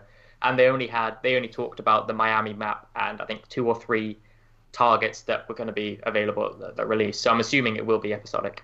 Because I didn't play much of the first one, but it sort of seemed like it was just a bunch of separate missions where it was just sort of the same thing, like go around this house and kill a guy, and then you'd wait. The thing with the Hitman missions were like, with the episodic releases, what they did that actually worked, and people were like, why haven't they done this from the start? This is brilliant. Was they did make it episodic, so they released I think 1 or 2 maps per episode, but they had varying targets, and then within the map they made it so detailed and so structured that you could, although it's not structured, so detailed and so sort of diverse that you could go around and choose the way that you took out your target, choose how they were assassinated. And from the trailer of Hitman 2, they just looked like they went to town and had so much fun with the variety that you could bring. So you could play it serious, where you sneak around and use the garrote wire or a silenced pistol, or throw a coconut or a fish was showing at somebody. So they just looked at, they went, and they also mentioned like they put 1,000 people into the map. So you had a lot more diversity, and you had a lot more sort of crowd interaction where you could actually hide into the crowd as long as people weren't running away, and you could play it in whatever style you wanted. So having one map and a couple of targets, which seems to be probably what they're going to come out with, wouldn't be an issue because you have a million ways to play it. Right, I'm gonna call it. Unfortunately, we have run out of time, and that's going to be the end of that one. It was really hardly fought, and I think it's probably one we probably could have given a bit more time to, because everyone had quite a lot to say. I'm going to confer first of all with the lovely Paddy. Of those three arguments, which ones were you more swayed by what you heard, not what you know? I think they're all idiots for not going for The Last of Us Part 2, but I think probably Hitman. Yeah, that's the way I was leaning as well. Yeah, got a Hitman. point. So we're gonna award that one to Al, and Al has got his first point of the night. That brings the overall score to Paddy 2, Al 1, John 1, and Geordie 1 as well. From the chat we got some chat. Yeah, from the chat we had Sid who's joined us, come in and said hello. He's pretty much given the answer that he would have chose the Elder Scrolls 6, and Don as well said he would have went with the Elder Scrolls 6 as well. They seem to disagree most with the Assassin's Creed game. Not too happy that it's being set in ancient Greece, and they want it to go to somewhere new. There's a woman in it. That's the general feeling from the chat. Paddy, was there anything in the Discord? Yeah, so Jordan B said Fallout 76. We'll see more of that. Leo M said more Metro Exodus, which I agree, that's pretty cool. Boy Torgy Bear said I think Halo Infinite. Okay. For that one, and yeah, that's what I've got. Okay. And Nejo G said, "Oh, Kingdom Hearts 3, God, I can't wait for that game." Oh, nice. Okie dokie. So you have one friend. We're going to move on to our next question. More than I have. It's going to be a bit of a big one, so people are going to have a bit more time on this one. We're going to have a pitch round and do what we normally do on our weekly shows. This question is: what is the most disappointing game of E3? So people in the chat, feel free to let us know what game you think was the most disappointing of the whole of E3. And whilst the argument is going on, please let us know which of the three people who are arguing you think is doing better, and we'll see if that fits into the judgment. On this round, the people arguing the most disappointment game is going to be Paddy, Al, and John. So first of all, let's start with the lovely John. John, what game did you choose and why? In about a minute. That Abomination Command & Conquer Rivals. Quite honestly, I've not seen anything so offensive to my eyes as a series that is as much loved as that. I mean, it sits up there with me with the other RTSs, maybe not as strategically in depth, but in terms of sheer numbers of soldiers and just ridiculousness. The fact that they've got them narrowed it down to what I assume is going to be a loot box bonanza, consumables on the mobile phone, so you can get your one up over your opponent. It's just appalling, I'll be honest with you. They brought out a professional StarCraft player called Control and some other dude, I can't remember who it was, and you should be ashamed. Yeah, they spent a long time, didn't they, playing it as well. They plugged that game for a long time. Cool. It's so bad. No, I think that is a very strong argument, very good one to start off on. So next we're going to go to the lovely Al. Al, do you want to tell us what game you think was the most disappointing of E3 and why? I've gone a bit controversial. I've gone for Death Stranding. Oh. And my argument here is disappointing. You have to have a bit of hope to be disappointed. You have to look forward to something to have it crushed and taken away from you. And I feel that's what happened with Death Stranding. Like, this game has been built up since last year. And everyone going, it's Kojima, he's making it weird, and we have no idea what it is. So, like, everyone's minds were going wild. It looked like a cool, new, wacky IP that only Kojima could think up. And then the trailer came, and half of it they were walking through different terrains. There's a stream. No, he's on a mountain. Wait, he's got more boxes now. This looks exciting. And the only time where something different happened was he was walking, but sneakier through black ghost things. They were going, woo, and then he died. And there was a baby involved somehow. So it's like, it was intriguing and confusing initially, and now it's just confusing. The intrigue's kind of gone, and you're like, well, that kind of looked a bit disappointing. I was expecting a bit more of that. I was expecting something exciting, some gameplay, instead of someone walking through a field with more and more boxes each time? Is that what it is? Do you just walk for hours with more boxes attached to your back? I went, okay, I might keep an eye on this game too. Just let me know when it's out, and I'll see what the actual story is. That's it. That's fair. That's a fair point. So finally, we're going to ask, is it Paddy? Yes, it's Paddy. Paddy, what do you think was the most disappointing game of E3? Well, I'm going to go for Kingdom Hearts 3. So we saw this game 3 times across 3 press conferences, and every single time it was the same completely like unintelligible music with people talking and no idea who anybody is unless you're a super hardcore fan. There's absolutely, oh look, there's Elsa, oh look, there's a Tangle person, oh look, there's this thing, and the music doesn't match anything.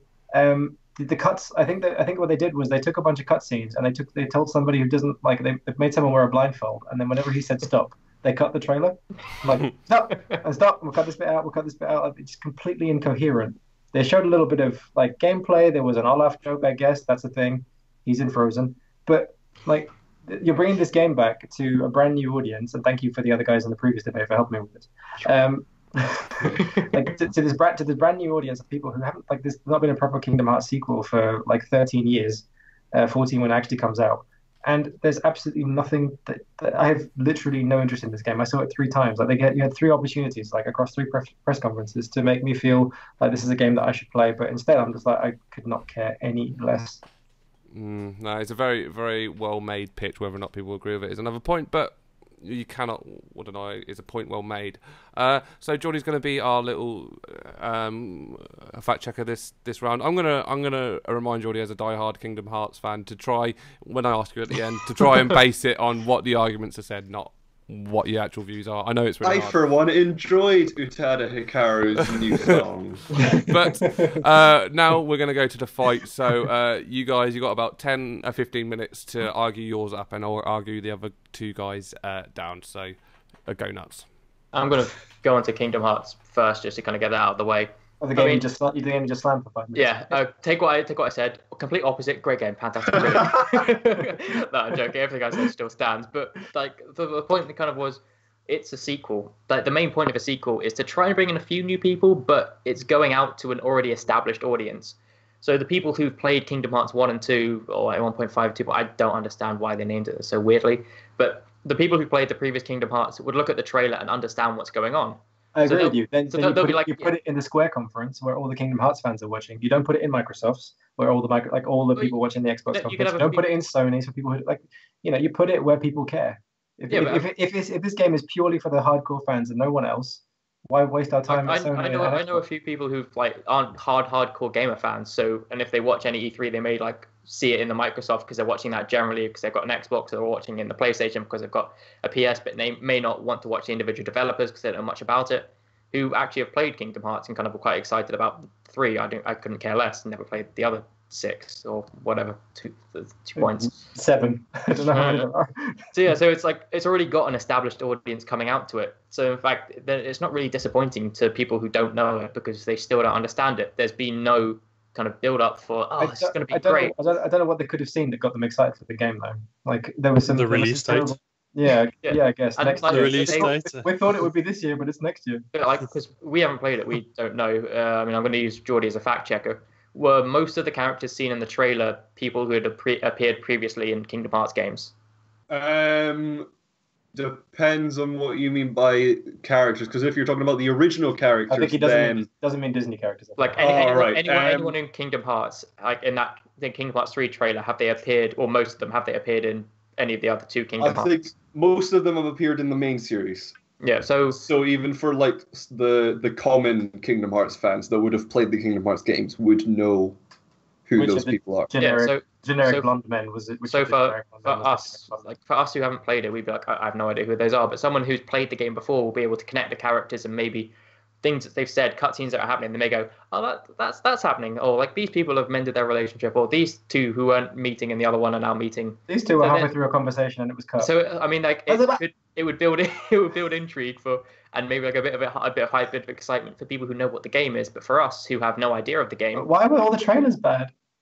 Because we don't understand them. But they were just bad. Like by any like common like sense of what a good trailer is. But those cuts may have been choosing the Command and Conquer trailer, which we saw after the game, which was one of the best CG trailers I think I've ever seen in my entire life, Elias. I almost bought it just because of the trailer. I was like, I want to see that again on the game. You are dead to me. John, that CG trailer wasn't so great. John, in my childhood, let's be honest. At least you two have a freaking game that's come out of it. All I've got is some mobile abomination that is just no.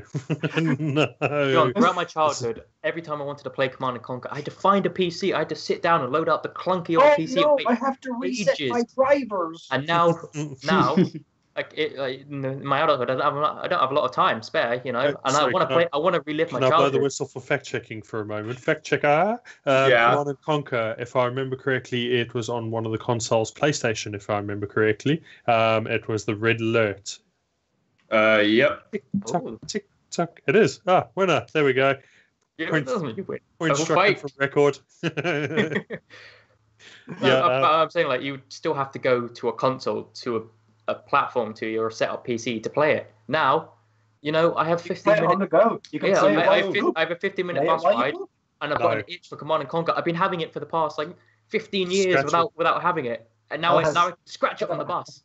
As many itches. I mean, sometimes I've had a busy Saturday morning. I've drunken a lot of coffee, and I'm in the middle of playing my game. I'm like, oh god, I need to go to the toilet now. Boom, Command and Conquer on my phone. I can play it. To be honest, like when it comes to Death Stranding, like there was a lot of hype going into it, and admittedly we haven't seen much more. We've seen gameplay, so we haven't. But Kojima that's what Kojima does. Like this is how he builds intrigues for his games. Like he does, there'll be a very deep thought that's gone into the fact where you've just seen him like acting like a postman, running around with his different boxes and what he's carrying, and there'll be so many, people will be tearing that whatever how long it was, they'll be tearing that apart for days and days and days, trying to find every little clue that he's left in there, because for him the game's already started. Like the game started for him the day he released. Exactly, yeah. The day he released the name of the game, and what the lines meant, or the music and everything, people will be digging that. They will not stop digging into that. It doesn't matter that it wasn't as exciting as we wanted to see. He's released 3 or 4 trailers which have slowly put together a picture and had the intrigue, and that's why everyone was like, oh my god, what is this game? What has Kojima done this time? But now, I think, I'm pretty sure, apart from literally him carrying the boxes, everything in the game that was shown at the trailer we had seen in previous trailers. So it didn't add. Yeah, but it didn't show. It didn't show any of the mechanics of the game, other than you can walk, you can turn on a flashing light which shows go. We didn't even know what this weird ass game was. So the fact that you're a guy who can walk around, that's something. If Kojima had just come up with another weird trailer like he's done before, I wouldn't be here and saying this was the most disappointing game, because I would have been like, classic Kojima. He's made me more confused, and now I'm going to buy the game because I still have no idea and I want to see what it is. Exactly. You still have no idea. That's the point. I think. He's shown me the most boring parts of the game and expects me to still be incredibly hyped and go out and buy it when it just looks like a walking game. The advert is meant to sell the game, and it didn't. There's no pre-order stuff. But it's innovative. Yeah, but he's trying to sell a new IP to an audience who have never seen and never attached to it, and all he's got is his name. It's all part of his process. He's innovative. He's a genius. He's not a genius because he's shown the most boring parts of the game, and for me, he's probably lost me buying the game. But if he shows you the most exciting bits when you play the game, you're like, "Oh, I've seen this before." Yeah, but you want to know kind of what's going on. You want to know what to expect. You kind of go into a game and go, all right. No, but Silent Hill, if you knew where the monsters were coming from, then it wouldn't be Silent Hill, it would be kind of Lackluster Hill or some shit like that. You know what I mean? John's on fire. That's brilliant. I feel bullied by John. I would play Lackluster Hill. But the thing is, with John's game, it's not going to be expensive. It's either going to be free or it's going to be very, very cheap. What? So you're not. Come on and conquer. It's on a mobile format. It's going to be loot box bonanza. Yeah, have you played any of other? It's still going to be playable for free if it's in that format, or it's going to be a few pound here and there. Yeah, a few pound every 2 minutes. Have you ever played any of EA's mobile games? I use one in particular. I think I played FIFA. I didn't even know they'd done FIFA. I've done one of the football games. I think EA was involved in. I've done a few those things, and they were still playable. Yeah, you had to do a bit of Like you couldn't go online and like mess with your friends, but if it's PvE, like or like you can play versus the AI or the computer, then it's playable. It's still going to be a game that you do. Like, do you mean Dungeon like Keeper? Dungeon Keeper, yes, Yeah, which no, it that was was literally unplayable unless you pay to play. And unfortunately, I can see this going straight down that way. That's the pay to play. Kojima's probably expecting me to part with 50, 60.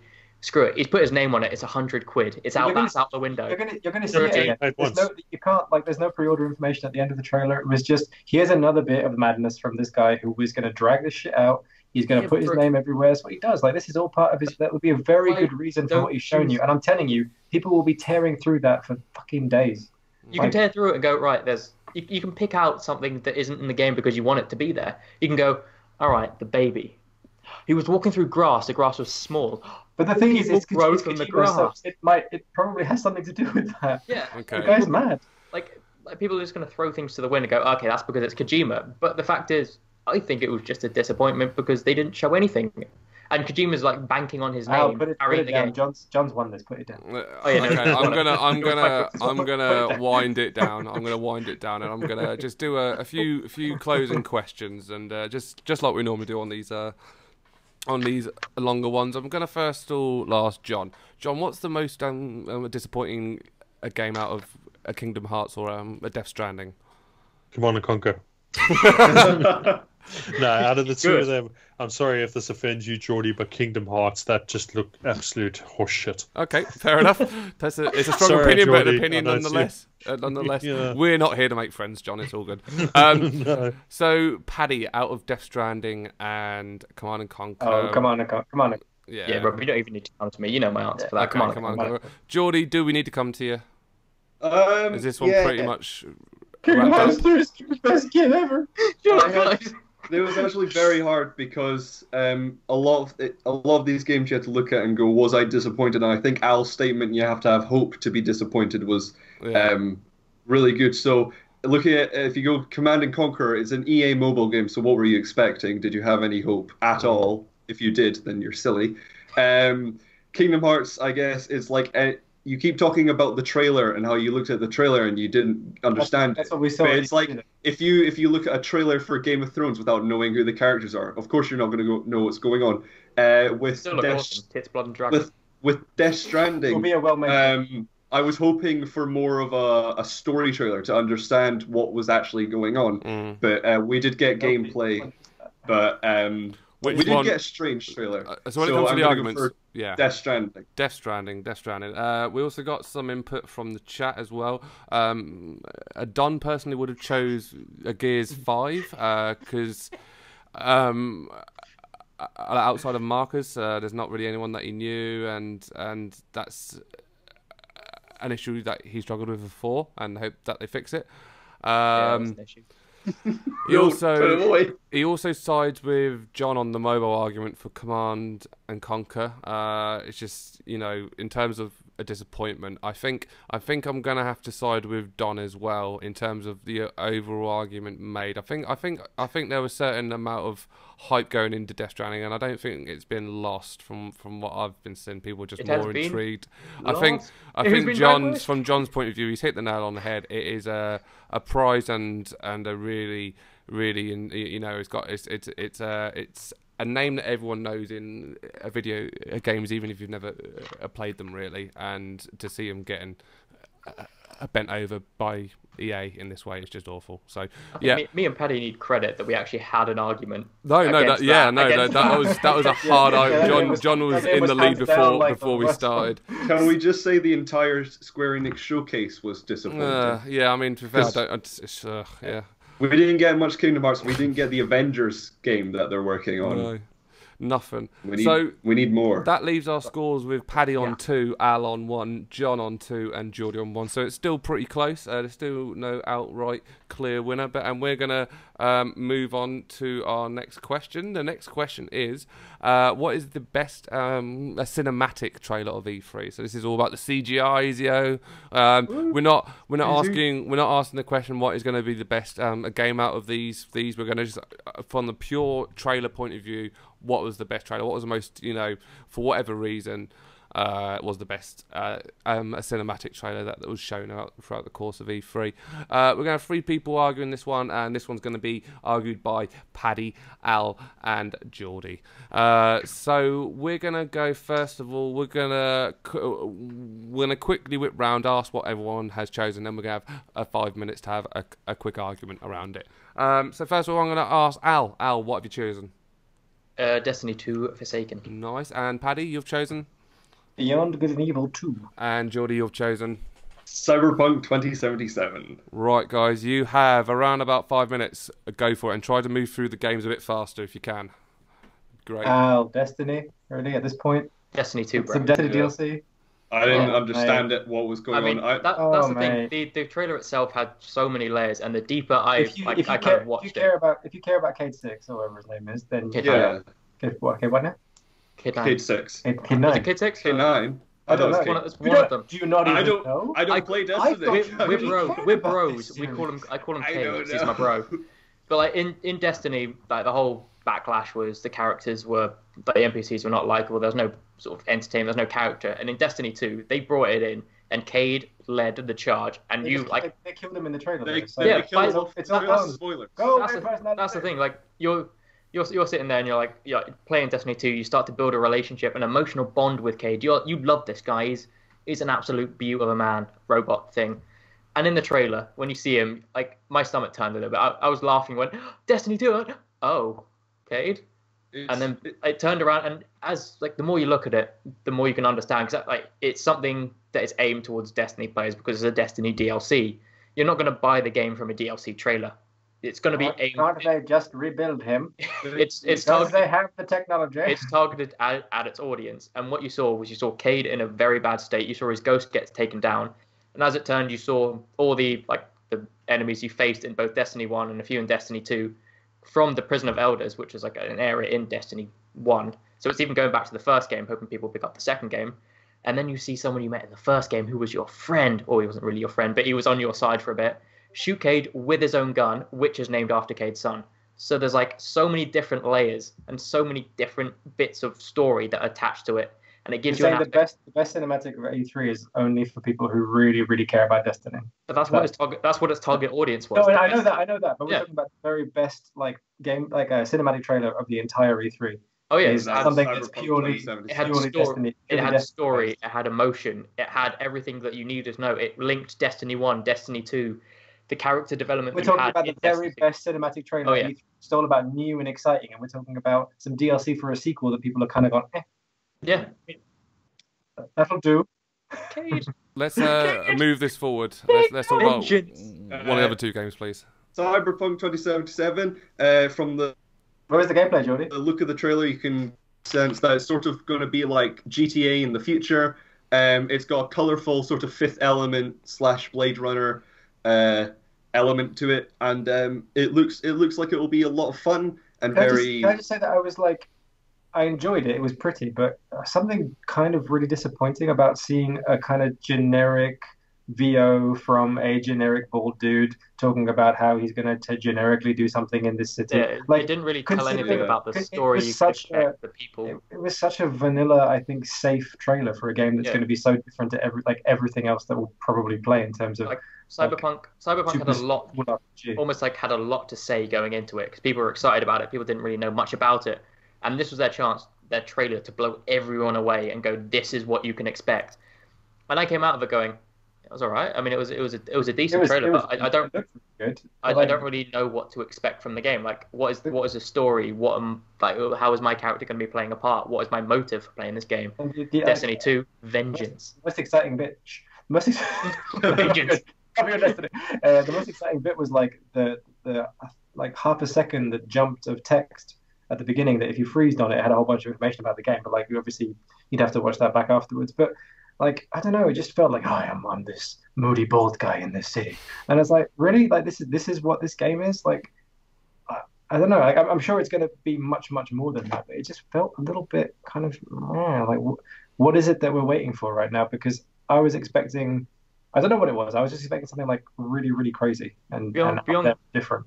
Beyond Good and Evil 2. I mean, I'm assuming this is just me, but I was very confused by the trailer. Oh yeah, Like, I didn't have a clue. I didn't know what's going on. Yeah, it chopped in and out of so much, and I was like, are they bad? Is that a bad guy? At least it kind of told it did tell a story. I mean, yeah, it tried to tell a story. It's showing you the crew, right, of who you are on this ship. And what I liked about it was like it was really well put together. Like it looked really cool, and I think like it has a lot of loads of character to it. I think more than any of the other trailers that we'd seen. Like this kind of grimy, dirty space thing that you hear a bunch of pirates and there's a cool monkey. A cool monkey. Oh. Yeah, I had a robot who ties. And like this really kind of dirty space adventure from these like cool set of pirates, and there's a Scottish guy and a woman with an afro and a monkey and a pig. There's a fucking pig that makes soup. Like it's Paige from the first game. Didn't play it, mate. But like,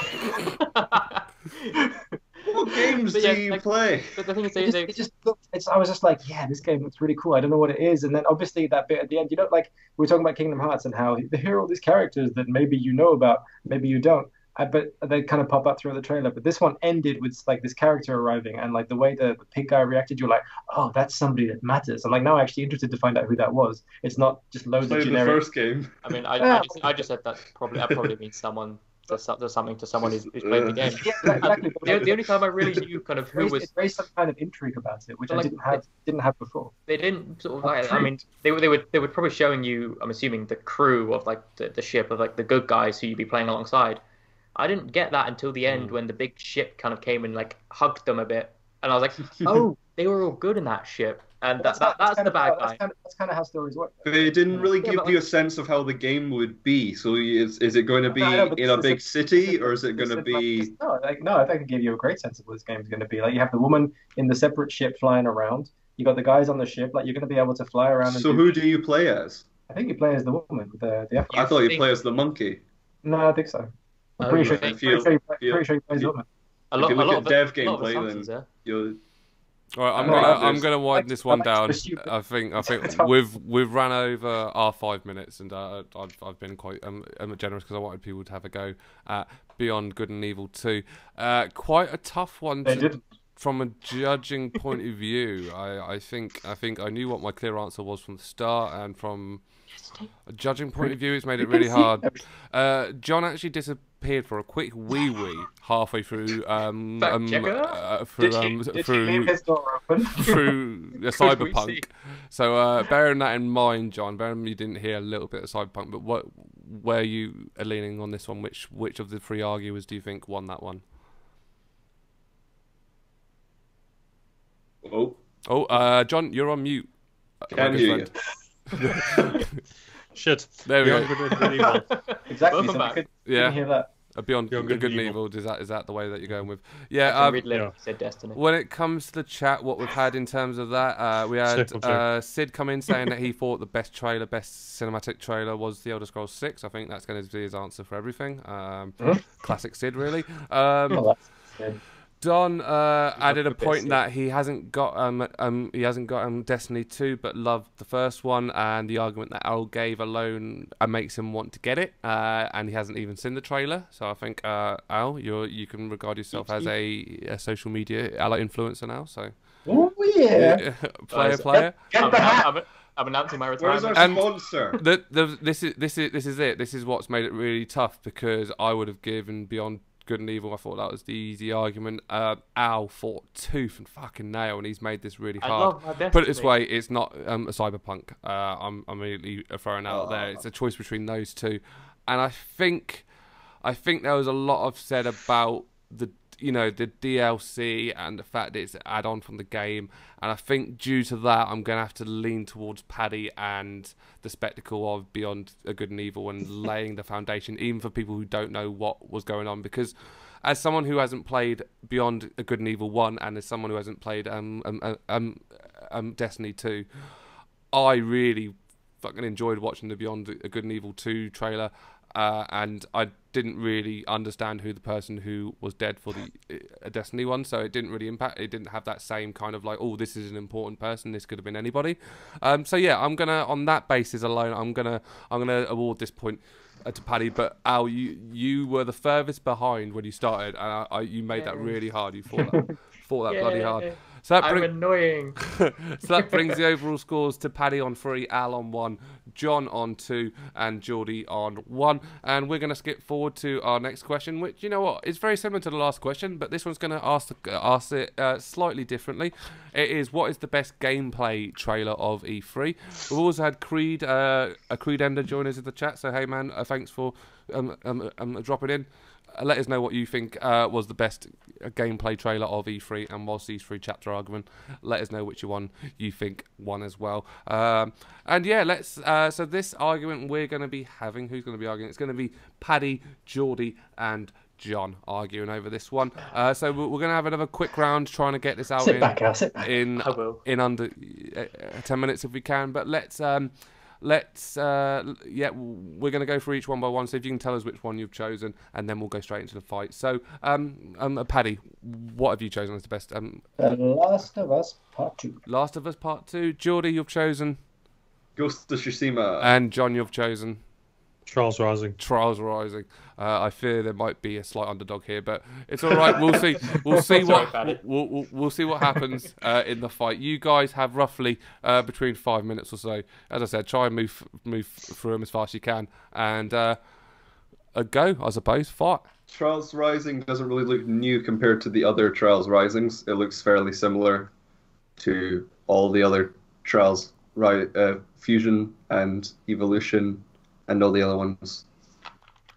Yeah, that's true. But you know what you're expecting with it. Yeah, I think I didn't enjoy the Trials. Might need the fact check to have a look, but like, there was definitely a fact checker. There was definitely gameplay in the trailer, but were they like gameplay trailers? Because it looked like it wasn't really. Didn't feel like someone was like, someone had recorded them playing themselves. There was like lots of different things pushed together.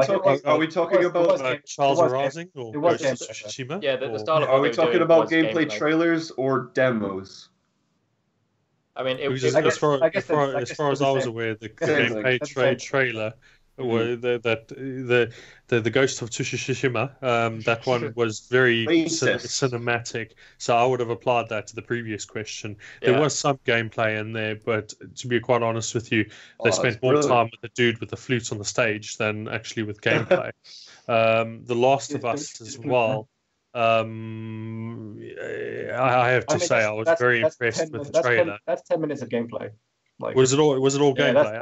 That's all someone playing that game, which is terrifying. Shit. That gameplay can look that fucking good. Are you kidding me? That's gameplay. The way she dodges, the way she gets under things, the way like that person looks under the car, the way she clicks her little finger back, like the animations is fuck me, man. I just, oh my god, I'm so excited. But a genuine question: is it all scripted QTE? No, that's all fluid. Like there is a dodge button. They confirm that afterwards. So that is you pressing the button to dodge those attacks. Because it's just somebody who knows nothing about all three of these games and that I've seen of them is that the Ghost of Tsushima just looked like one massive cinematic, as I said, and The Last of Us one. To me, my impression was yes, it looked absolutely awesome, but it looked more cinematic than gameplay. It did honestly look. Exactly. I'm quite impressed. How impressive the gameplay is. That is someone playing. Which is I'll have a look at it. But in the essence of the question is gameplay, and as somebody who doesn't know anything about that, it is misleading. You can't punish it because the gameplay looks too good. Yeah, the Ghost of Tsushima, you get a great feel for how the combat will be. It's got a very classic samurai feel. I think they've captured. I think they brilliantly captured how fighting as a samurai would be with the amazing first draw strike on the first enemy, insta death. I think, and then the final fight between the two samurai. Very interested in seeing what that is, but the setting of where they were, it looked like a classic ancient Japanese painting because you had the blossom leaves all over the ground, and it looked very much inspired by Akira Kurosawa films. Yeah, I mean, like to be honest, it looked brilliant. I just think in terms of I couldn't really knock the way it looked. I mean, it's a little bit kind of, how deep is that combat system? How much is it just kind of mashing buttons to stab? Like, we don't. It's hard to tell from the trailer. There was obviously some really cool animations, but I just think The Last of Us just looks so much further ahead in terms of everything it's doing. Like the way. I would apply that argument to Last of Us as well. Yeah, but like catch all. Those No, but I'm just saying, like, it looks great, Ghost of Tsushima, but like The Last of Us just looks better in like almost every way in terms of the way the animations flow together, the what they're doing with the space you have to play with, like the new gaps that you've got, like going through. I mean, like that she killed that woman and you could see the arrows fall out of her backpack and you pick them up. Like that shit doesn't happen. That doesn't happen in video games. Like normally, just kind of things just appear, like and they pop into your inventory, but you can see her like picking them up and putting them in. Like it's taking it to gameplay to like a level. And to be honest, like gameplay wasn't what I was most excited about because Naughty Dog make great games, but gameplay is not always the thing that's kind of stands up above the rest of it. But this just looks like I can't imagine how that feels. It just looks so smooth. I think you have to be in a certain frame of mind though to play that kind of one, wouldn't you? With Trials, you could be come in drunk. Yeah, let's whack it on. Cue the silly cinematic music. I think with Trials Rising, the problem is you have to have friends to play it. I'm just going to leave that one alone. You can have leave that one to hang. It's just broken. I mean, like gameplay looks fun in Trials Rising. It was a cool trailer, but like if you're talking about what people are going to be like, oh my god, did you see the gameplay of this game from E3? I don't think it's going to be like Trials game that looks like the others. And trust me, I love watching little people on bikes ram into boulders as much as the next person. And some of like they were hilarious, but we're talking about like the best gameplay trailer at E3, like the best example of video game gameplay at E3, and of the three Trials doesn't, I think, maybe make it as high up as the other two from that perspective. As much fun as it does look.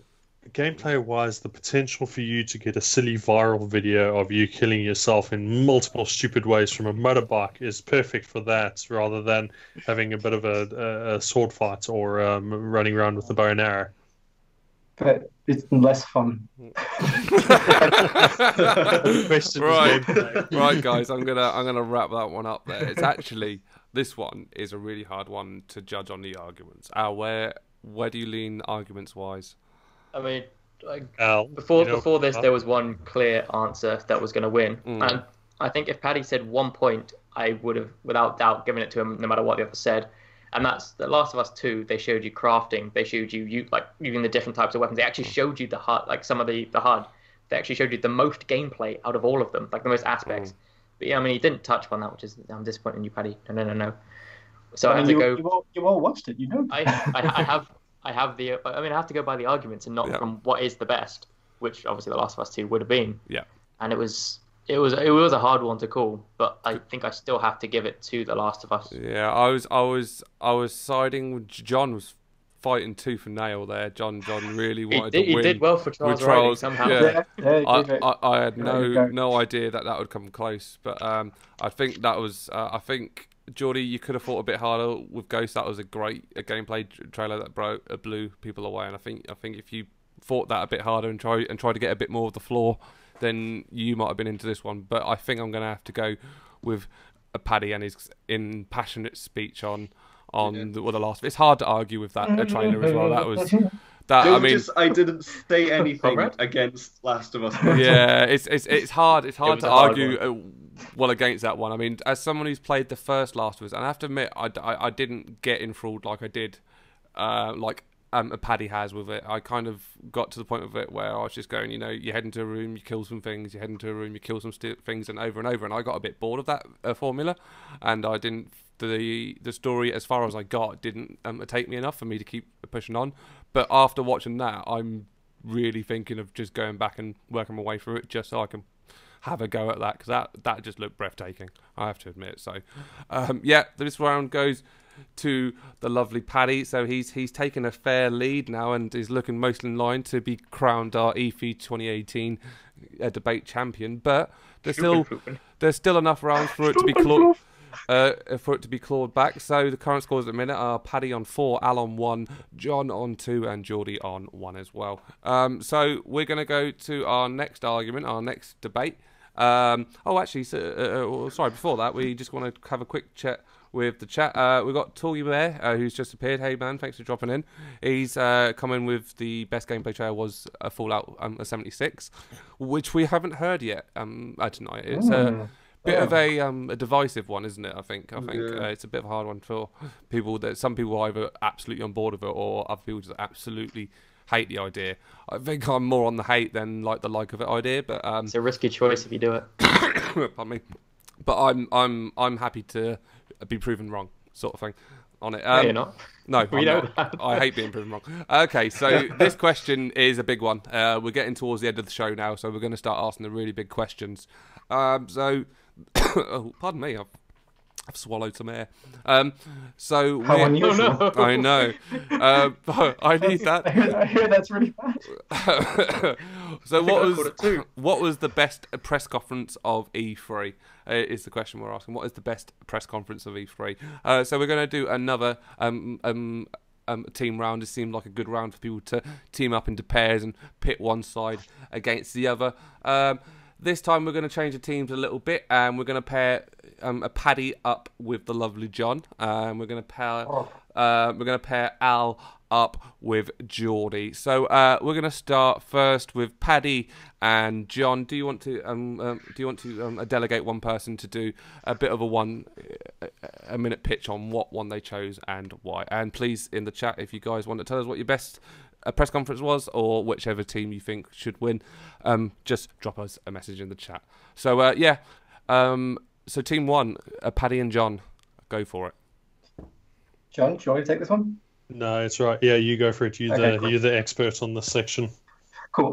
So we're going for Sony as having the best press conference at E3. Okay. Because like we watch, the reason we watch E3 is for the games, and Sony went in ahead of time. They got ahead, like a messaging way ahead in advance to say that this E3 would give us a deep dive on 4 games, 4 big exclusives that were coming up.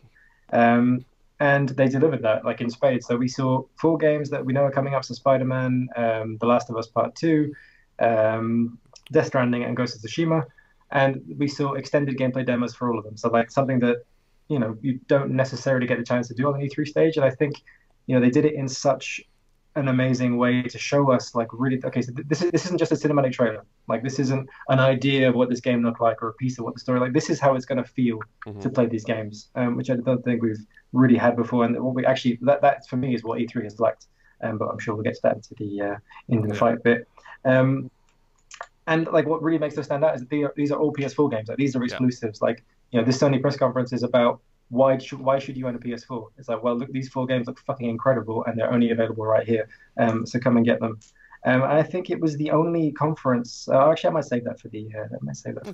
For the other bit actually. So I'm gonna end it there. Okay, cool. No, that is a good pitch and a hard one to argue against. So you guys are gonna have to pick a good press conference to put up well against that one. So Team Ali and John, who's going to be doing the pitching? Oh, sorry, Ali and Geordie. My apologies. Team Ali to back together. Ali and Geordie, who's going to pitch as your press conference? I can give it a bash. Yeah. Okay. You want to go for it? All right. Yeah. We've gone for the old rivalry of Microsoft versus Sony, so we've gone for Microsoft. Okay. I mean, I said it in the last team one, and I've got to say it this time. Sony stands for same old nothing year. He's banging them out. Total bollocks. Microsoft. Can we ban him, please? It's far too many. What does Microsoft stand for? I'll go on. Much inclusive. Yeah. Crap. Microtransactions. Class. Thanks, Jordan. Resolve. It's far too many. But yeah, no. Microsoft. I think they were quite brave this year because two games that they included quite big didn't have the greatest of parts last time. I'm talking about Halo and Gears, and with both of these, they actually put up even though they didn't show that much of either one, the gameplay in Gear or the world in Gears looks a hell of a lot better than it did in Gears 4. So they're trying to actually bring back 2 series that almost lost it last year, and I think especially with Gears, they brought in Gears Tactical. So they're showing off new offshoots. I don't know if you can count that as a new IP. It's technically different, but new offshoots for great games. And I think they did that balance quite well. They brought in the big heavy guns that you expect kind of year in, year out, but showed that the new formats, how all the teraflops can be used on the Xbox One. And then they also brought in sort of the little sort of mini indie games or kind of AA games, however you want to put it, as well. So that they kind of showcased the best of all of Microsoft. And then something that I think Sony did miss is they started talking about the actual company, and almost like they said, these are the companies who are acquiring. These are the developers that we kind of brought into the Microsoft family. And they talked about the soft and hardware. I think they gave a little hint of the new Xbox that they're starting work on, and then also talked a bit more about the Games Pass, and I think where's the name of it? The Fast Start. Okay, yeah. So they expanded it just beyond games, and didn't like they actually gave Microsoft and Xbox fans a bit of an insight into what's changing within their systems as well as the games, and I thought it was a good spread. Okay, cool. It is the two first party juggernauts going head to head. I thought we might have got a third party out of this one, but no, we got the good old fashioned Sony versus Microsoft, Xbox versus PlayStation fight. But we're going to be going purely based on what happened during the press conferences or anything that's come out during E3, and not necessarily which is our favourite as a company. So yeah, guys, I think we're going to have about 10-15 minutes on this one. So feel free to lump 10 shades of shit out with each other.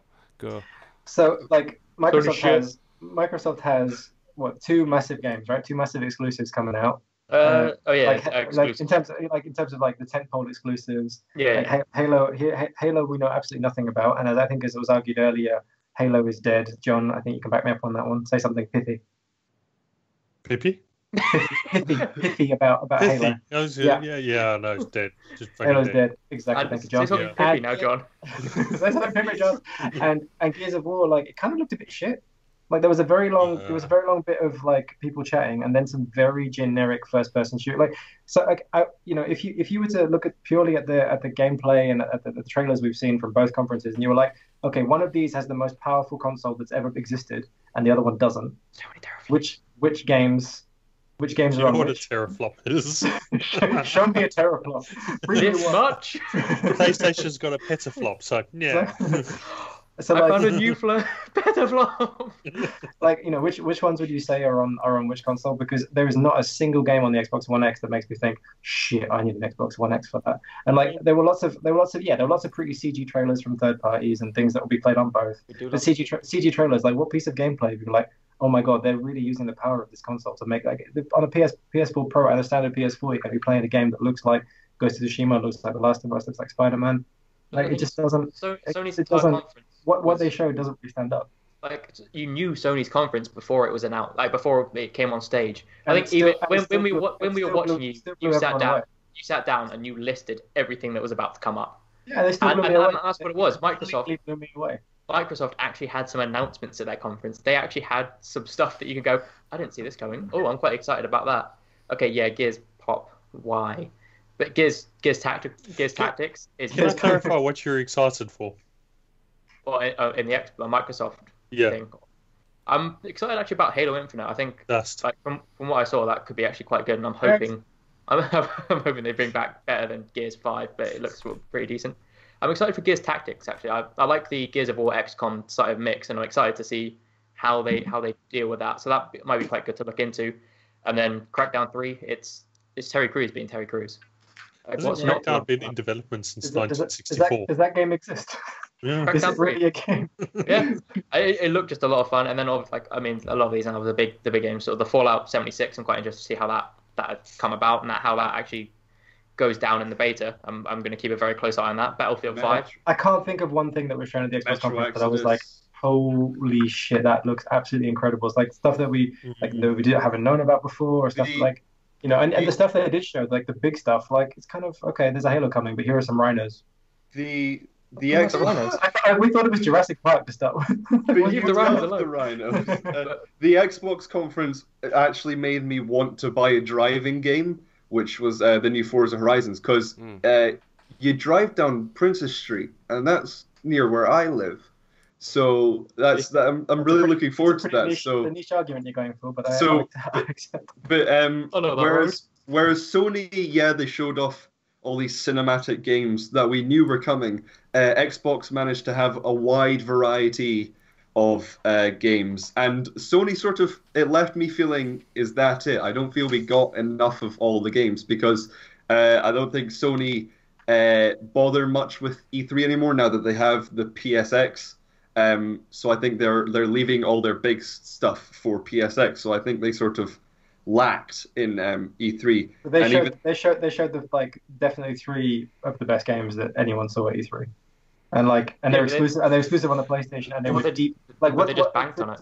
They didn't. But they're banking on really good stuff. They never. It's gameplay. Like for me, like I said earlier, that like all of E3 missed actual gameplay for stuff. Like it was just the Microsoft console was like except for a little bit of Gears, it was literally just cinematic trailers. No idea what any of these games are. And as I'm getting, I don't know if it's just like getting more cynical about that kind of thing. But as I get older, but like I want to see how is it going to feel. Like what's it actually going to look like. And like the Sony press conference was the only one that caused erections around the room. Like I could hear Rob's trousers stiffening when the Ghost of Tsushima trailer started going. Al, you were like moaning away during The Last of Us, like, oh, it's so buttery smooth. It was the sheen. The sheen.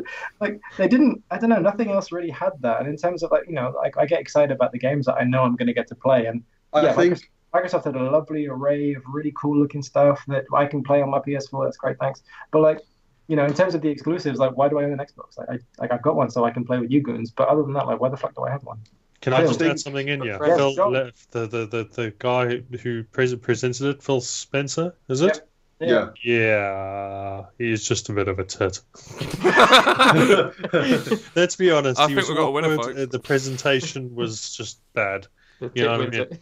Yeah, I mean, I will add to Al's there with the cinematic one. It was just one cinematic thing after another. There wasn't much in terms of gameplay. Yes, Xbox has got the better hardware compared to the PS4 Pro, but at the same time, they haven't got the games to back it up. The exclusives aren't really exclusives because I can get them on the computer. PC. It was the Windows 10 conference. Yeah, which is awesome for me. Don't get me wrong. They labeled it as the Microsoft conference, so it wasn't just going to be about Xbox. It was going to be about under the Microsoft umbrella, which was Xbox and Windows 10, which they covered both of.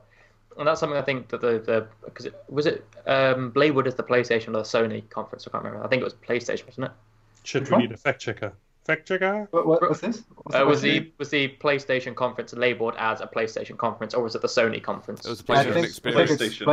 PlayStation. Okay, yeah. So Microsoft it talked about. I mean, I mentioned this briefly in the intro. It talked about kind of what was going on within the organization itself. It talked about Microsoft AI. Came out to talk about fast starts, and everyone was like, "What's happening? What's fast starts?" I don't. Oh no, I mean to be fair, completely lost us in that. I missed the big. I think we were talking over the beginning, so we kind of missed what the whole premise was. They kind of, Game Pass was like, "Hey, look, here's our excuse why all our first-party exclusives are shit because you get them for £10 a month on Game Pass." Like, the thing is, cool. They showed and kind of gave a bit more initiative into trying to include the people who play and own Microsoft. Yeah. The consoles, Xbox. Quite a traditional, and that's what a conference is. It's when the largest audience is watching, they explain what's going on. They give a bit more of an insight into the running. Whereas Sony just demonstrates their position in the market. Microsoft needs to say, "Hey, listen, everyone, we completely fucked up this generation, but we got a new console coming. Don't worry, we're doing all these cool things." We're essentially the console was literally just named, and that was it. They never mentioned it. It was more they said they worked on their next new thing. Like he said, they literally just dropped that as hey, exciting for next year. Sony literally rehashed last year's conference and cut out a lot of games and just went, you already know what's going out, so here they are. That's still a lot more enjoyable. I think the point you made about Sony, about PlayStation having the better games is very subjective. And if you look at it from a non-subjective viewpoint, you go, right, Xbox showcased more games and allowed more developers to have the platform, and they also had the idea Xbox segment, which showed off a lot of cool. You mean that 30-second sizzle reel of a bunch of games I can't remember? Yeah, you have Harold Halibut, which is like the stop motion animation game that's coming out. That looks brilliant. And it's you have Russian Fallout, which is Metro Exodus. Yeah, that's cool. I'll play that on my PS4. But yeah, it's just trying to not see it from a biased point. I think Xbox allowed more people to sort of have a voice and showed, because there will be Gears of War fans that are very excited for Gears 5, and I think Fallout 76. I'm not really excited for Fallout 76, but I know people who are, and I think there are loads of people who aren't PlayStation. I don't think they're looking forward to all these cinematic games, but they're like, oh, Xbox had all these different games that look different, which you saw no gameplay of, and you can play them all on PlayStation, bar a few that don't look that great. And I'm gonna bring in a point of how evil Sony is they started in one building, and over a little break, they had to make everyone rush into a new room. What happens if you sprained your ankle or fell over and you were injured? You were going to miss the entire conference. Yeah, imagine pure evil, didn't care about our audience. The pacing was an issue. You get into the church and you're like front row, and you're like, fuck yeah, I'm front row at a Sony conference. I'm going to see all the games in this amazing picture, and it's going to be great. And they're like, no, go to another room, and then you're like in the middle row, and you're like, oh. Did that happen to you personally, or a friend of yours? It happened to me. I was no, there. it just happened. There, oh, you were there. You didn't see it, bro. Okay, guys, I'm gonna interject a little bit and bring us again to a bit of a wind down. But I'm gonna ask you all individual question each, all kind of related. But first person I'm going to ask is Al. Al, what was the one most important reason why Xbox delivered the best conference? What's the one thing? I think it was something that surprised me when I actually watched it, and it was the balance between like the announcements of games, the talking through the software and the hardware, like the balance of across that, talking about their acquisitions of developers and studios, and I think they created the initiative. That new studio developer. I think that the balance in the spread across Microsoft, I think, made it a bit better than Sony's little. Like you knew what was happening. Okay, no, that's brilliant. And Geordie, from your point of view, what was the one key thing that made a Sony's press conference just not that great? I think the fact that they focused on just exclusives and very few of their games, and they didn't show enough. And I think if they had shown enough, because they're obviously going to show more at PSX, I think it would have been better. Right, okay. And then I think I'm going to do the same thing, but on the other side. So first I'm going to ask Paddy. Paddy, what was the one best thing about the PlayStation press conference? The one single. These conferences are all about showing you why you should own PlayStation, why you should own an Xbox. Like that's what they exist for. And we saw, like, okay, Death Stranding, a bit weird and out there, but 4 like really good games, but 3 absolutely mind-blowing, incredible games that you can only get in one place, as well as a few other things like COD. Here's a little COD thing. Like they didn't overburden you with third-party stuff, whereas Microsoft had to rely on that and everything. So that's it.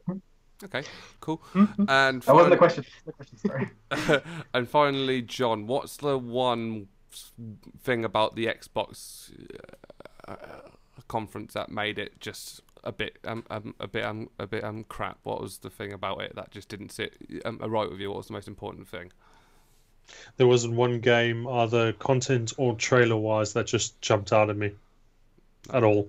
There was, and I own an Xbox and I've got a PC, like there was nothing there that just went, yeah, awesome. Yeah, and if you owned a PlayStation, watching any of those trailers, any of those games, would you think about buying if you owned a PlayStation? The Last of Us. Yeah. Was very impressed by that. Yeah, it's a very smooth trailer. Okay, I'm gonna call that one an end. This one's a very tough one because I know where my heart sits. I really do know where my heart sits.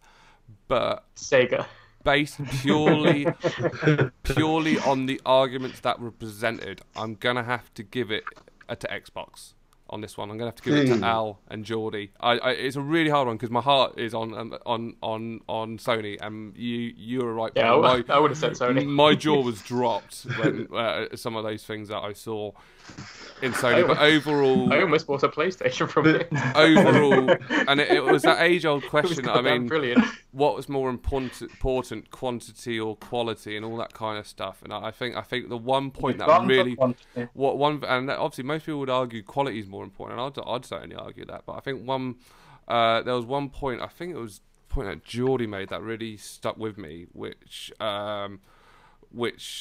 was. I've already forgotten it. That's couldn't have stuck with me that much. No, Sony wins. Fuck 'em. No, no. There was one point Geordie made that really did stick with me when I made my judgment, but I can't remember what it was. So they didn't even show Shenmue 3, Rob. Yeah, they didn't show Shenmue 3 as well, guys. So that's because that game is never coming out. It will. Don't break it's a my figment heart. of your imagination, Rob. No, it's not real. It's one of those things where in my heart I know Sony give a better press conference. That was it. That the Sony press conference was a disappointing press conference from the purpose of like what it was last year, and you know a lot of people went away from that feeling disappointed.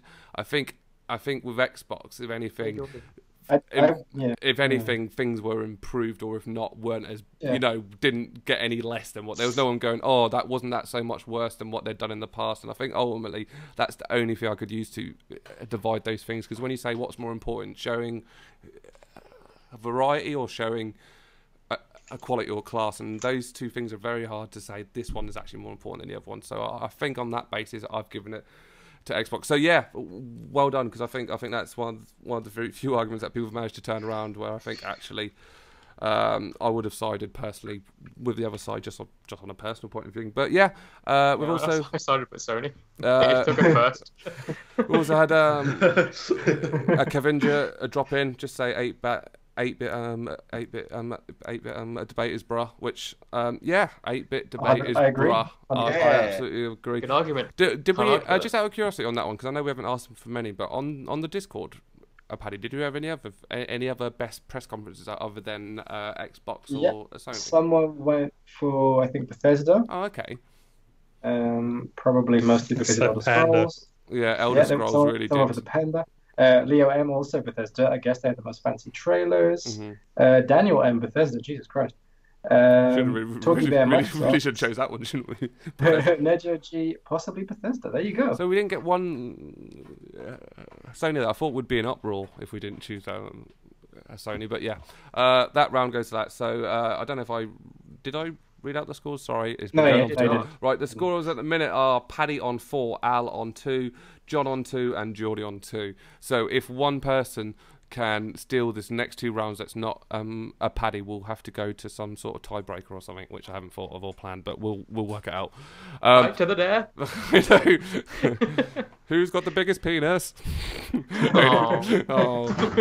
Nobody wins. So now we're going to our second to last question of the big E3 debate. This one is the audience choice round. Earlier on in the debate, I asked people to make some votes about which one they were, which one out of 3 arguments they would rather see. And I don't actually remember what the arguments are. Just trying to find the page. There it is. It was what was the most surprising announcement of E3? What is the best game of E3 that's releasing this year? Or what character at this year's E3 would win at a dance-off? Counting up everything that's coming on the the chat and everything we've had received on Discord. The winner of this one is what character at this year's E3 would win a dance-off. So that's the one that we're going to argue for the second to last question. I'm just going to find the intro for it because I had to make multiple things. There we go. We've had a question from Kavinja, so asked, what's this about? So basically, we're just here having arguments about things we've had at E3. We're about to argue about what a character at this year's E3 would win at a dance-off, weirdly enough. About most jokey question of the night, so a bit of a weird one for you too. Yeah, most of them were pretty normal. Fairly serious. But yeah, the people taking part in this round are Al, Paddy, and John. I'm gonna go piss. And it's gonna you go and have a quick wee, Geordie. So what if we need a fact check? I hope he put himself on mute, or else we're going to hear his toilet flush. So I think it's going to be a quick round, so we're going to try and hammer this out in 5 minutes to lead us into the final big debate. So if you could all let us know your choices one by one, without going into it, and then we'll have an argument afterwards. So first of all, Paddy, which character from this year's E3 would win a dance-off? The Ubisoft Panda. Okay, and John? Are you on mute, John? You mute yourself again. Sorry. Spider-Man. And Al, how about you? The Trials presenter guy. The one who ran and rode it on the motorbike and fell through a TV. Okay, that same. you have 5 minutes to argue about why those 3 people would win in a dance off. Go. Firstly, Mine's an actual dancer. The most important thing in a dance off is the entrance. You want to make the entrance and make everyone fear. And boy, does Trials presenter guy know the as a entrance. panda. How am I going to fact check this? With difficulty. Geordie, fact check. What is the trial presenter guy's name, and does he have any dance experience? And Has is he studied single? at Juilliard? Yes, is he single? The Ubisoft panda was actually a dancer in a suit. Yeah, how hard it is to dance in a suit, I don't know, but I'm assuming difficult. Yeah, but then, Fact checker, the how hard is it to realism dance is in a gone. suit? The Ubisoft panda could be anyone in a suit. Just a panda in a suit. It's not going to be anything. What if it's Trials dance? Trials presenter guy can't be mistaken for anyone else. He is the bearded magician with absolute elegance and swag riding on a fell over. motorbike. How do you dance? Like, he fell over, he Yeah, tripped. but it was tripped. it was scripted. It was class. I was like, It was no falling Trials. with style. Yeah, I was like, tripped. no Trials presenter Tripped guy. over. He came on a motorbike. Don't dance on a motorbike, kids. That shit's dangerous. Okay? Don't do Yeah, it. but your entrance, fell it screams, look at me, I am going to rock this, and he did. In a Captain America suit. And then he's like, hello, I'm not American. He's like, what's happening? What accent was that? I don't know. Yeah, but that's it. He could woo everyone because no one knows what he's saying. He can absolutely drop some hammers in his Swedish Finnish. Yeah, he's I think Finish. It's Finnish tongue, and everyone would be like, whoa, the Scandinavians can Scandinavian dance, and everyone would be like, damn. Whereas The well-constructed Ubisoft Panda, people would just be like, stick him in a zoo and make him mate. That's all he's good for. We just want pandas to mate. That's it. It was someone in a suit, right? It was a professional dancer in a suit. Oh, so you're saying you want the dancer to be in the dance off, not the panda. Wearing the panda suit. I think the panda suit is a key element. Like, without the panda suit, How do we know you're not going to cheat? without the And just panda bring suit, in what distinguishes us from the monkeys? Like, honestly, like, how do you? the ability to ride a motorbike and fall graciously through a podium. That's I was what on separates fire. us. This one is. This is like the only one he's like the one he's fought for the most. I was so excited about this. I had so much to say. But you come A for days guy of without any- preparation. And you come for a Paddy, guy without any coordination. That's the problem. No, Like, but I respect your choice. it was an act. And what can you say about someone to accidentally trip over and graciously fall through a podium? You've got twinkle toes. What do you need to dance? Twinkle toes. And He Paddy, has to as- win the dance off, not just as- fall over as a- into the as a crowd and beard- crush. He crushed a small boy. what do you think the worm is? It's just falling over and over again. He can whoop What if he everyone with falls up Scandinavian onto a worm. small boy in his helmet and kills him? Then he Is that wins what you the want? dance. Then he wins the dance off against the small boy. Timmy. Easy. And then like his backup crew can just be sitting on the motorbike revving it whilst he does his things, and it's just going to become such a spectacle. There's the ability to attach lights to the wheels, make them spin. I want to You hear have an more entire about show. the other two. Come on, Anti Elvesu let's hear about the other two. is his name. Spider-Man, Spider-Man. I haven't heard a thing about. Spider-Man's funky, but does he got the moves? I don't know. Yeah. Tobey Maguire Spider-Man dancing. Oh, John. Wait, that's a good I've point. got nothing else to say. One of the most awkward dance scenes in all of history, I think. Yeah, Did did he actually take part in a dance off in that film? Was there a little kind of like, didn't he have a rival that he was dancing against, or am I just Oh, did he? I don't No, know. I I think he did have a No. Am I He didn't going appear mad? at- I think He didn't made appear that one at this year's E3 either. John, what happens if he needs to dance in the light? Because he wanted some shade. That was his line. Find us some shade. Boom. That's all. That's where he can dance in the dark. He can't do it in the light. Can't reproduce it. It's Charles Guy can do it anywhere. Flawless. Brilliant. Magician. I beg to differ. I think tell you what. you can do that wherever. I'm gonna call it, and I think Al's won. I think that's it. That's it. I can't. I'm sorry to skip it, but Al, you really wanted to win that, mate, and you fucking earned it, son. Because It's so much there's fun. no way that you were gonna win that fight, but you really wanted it, mate. So you can have it. Toby Gotta believe. Maguire doesn't win. It's an outrage. You've been robbed. Geordie, are you just out of sense checking? Are you on the same page as me as that? In terms of the arguments. Well, yeah, Tobey Maguire wasn't at E3 this year. Yeah, And, that's why we didn't include that. The Trials presenter would trip into the Ubisoft Panda and like break a bone Yeah. or something. But so he'll the probably Trials win. presenter wins. Yeah, by I default. think what we should do is look at the picture on the By actual KO. that Rob's taken, and it's absolutely he would win. Look at the determination in his eyes. Like that is a born winner. Yeah, that's true. He's not losing at anything. He's gonna fuck you up. He's gonna win this down. Oh dear. Right. So now we're gonna head into the final or debate of the night, the big one, the big question. With the scores at the moment, we have Paddy on 4, Al on 3, John on 2, and Geordie on 2.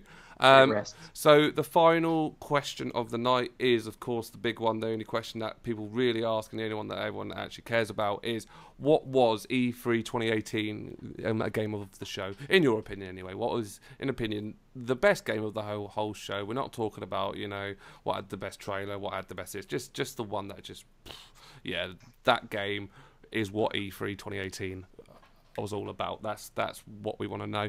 We're going to change it up very slightly for the last round, and basically what we're going to do, normally we've been pushing one person off to push them off to the side to be our fact checker or note taker, but in this case we're going to have all 4 people arguing at once, because it's not fair to exclude someone from this one, and with everything to play for, I think we may have an E3 2018 8-bit a debate is a champion by the end of this, but we shall go through each person's game one by one, do a bit of a pitch. If you're good guys, keep it less than a minute, and then after that we're gonna slog it out until I think there's a clear winner, which I'm not sure there will be, but let's see how we get on.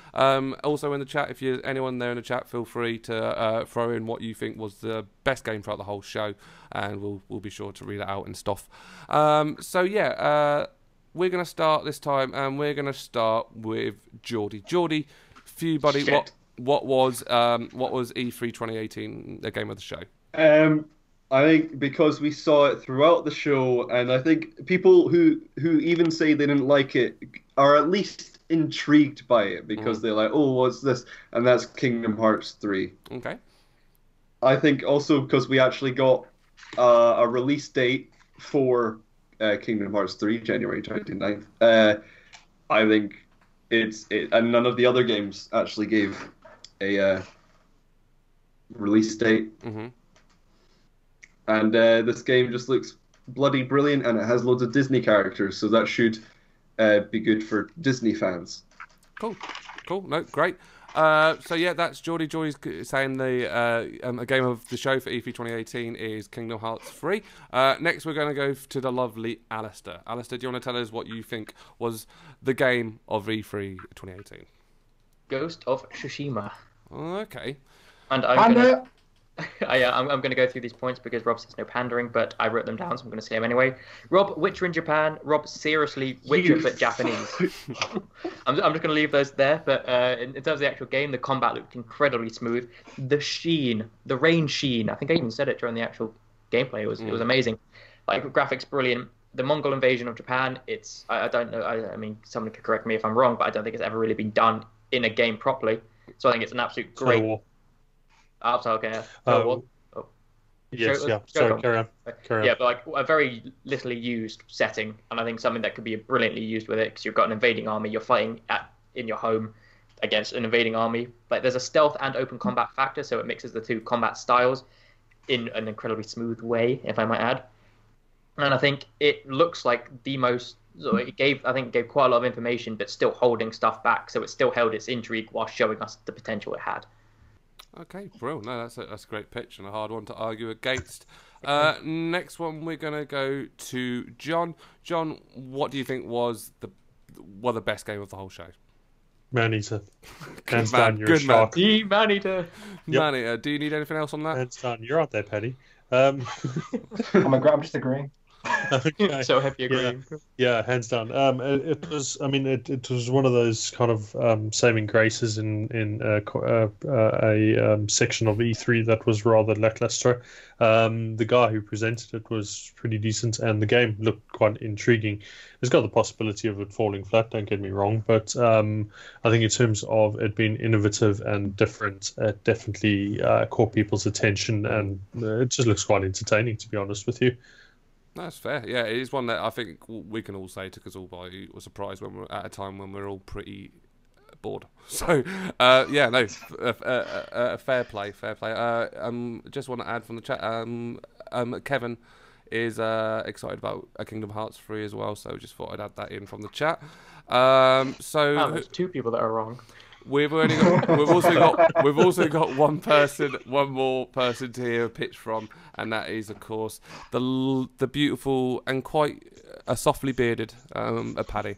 Paddy, what do you feel? I think I already know what this is. I mean, I do already know because you sent it to me, but and I had to get the footage for it. But what is the best game of this year's E3?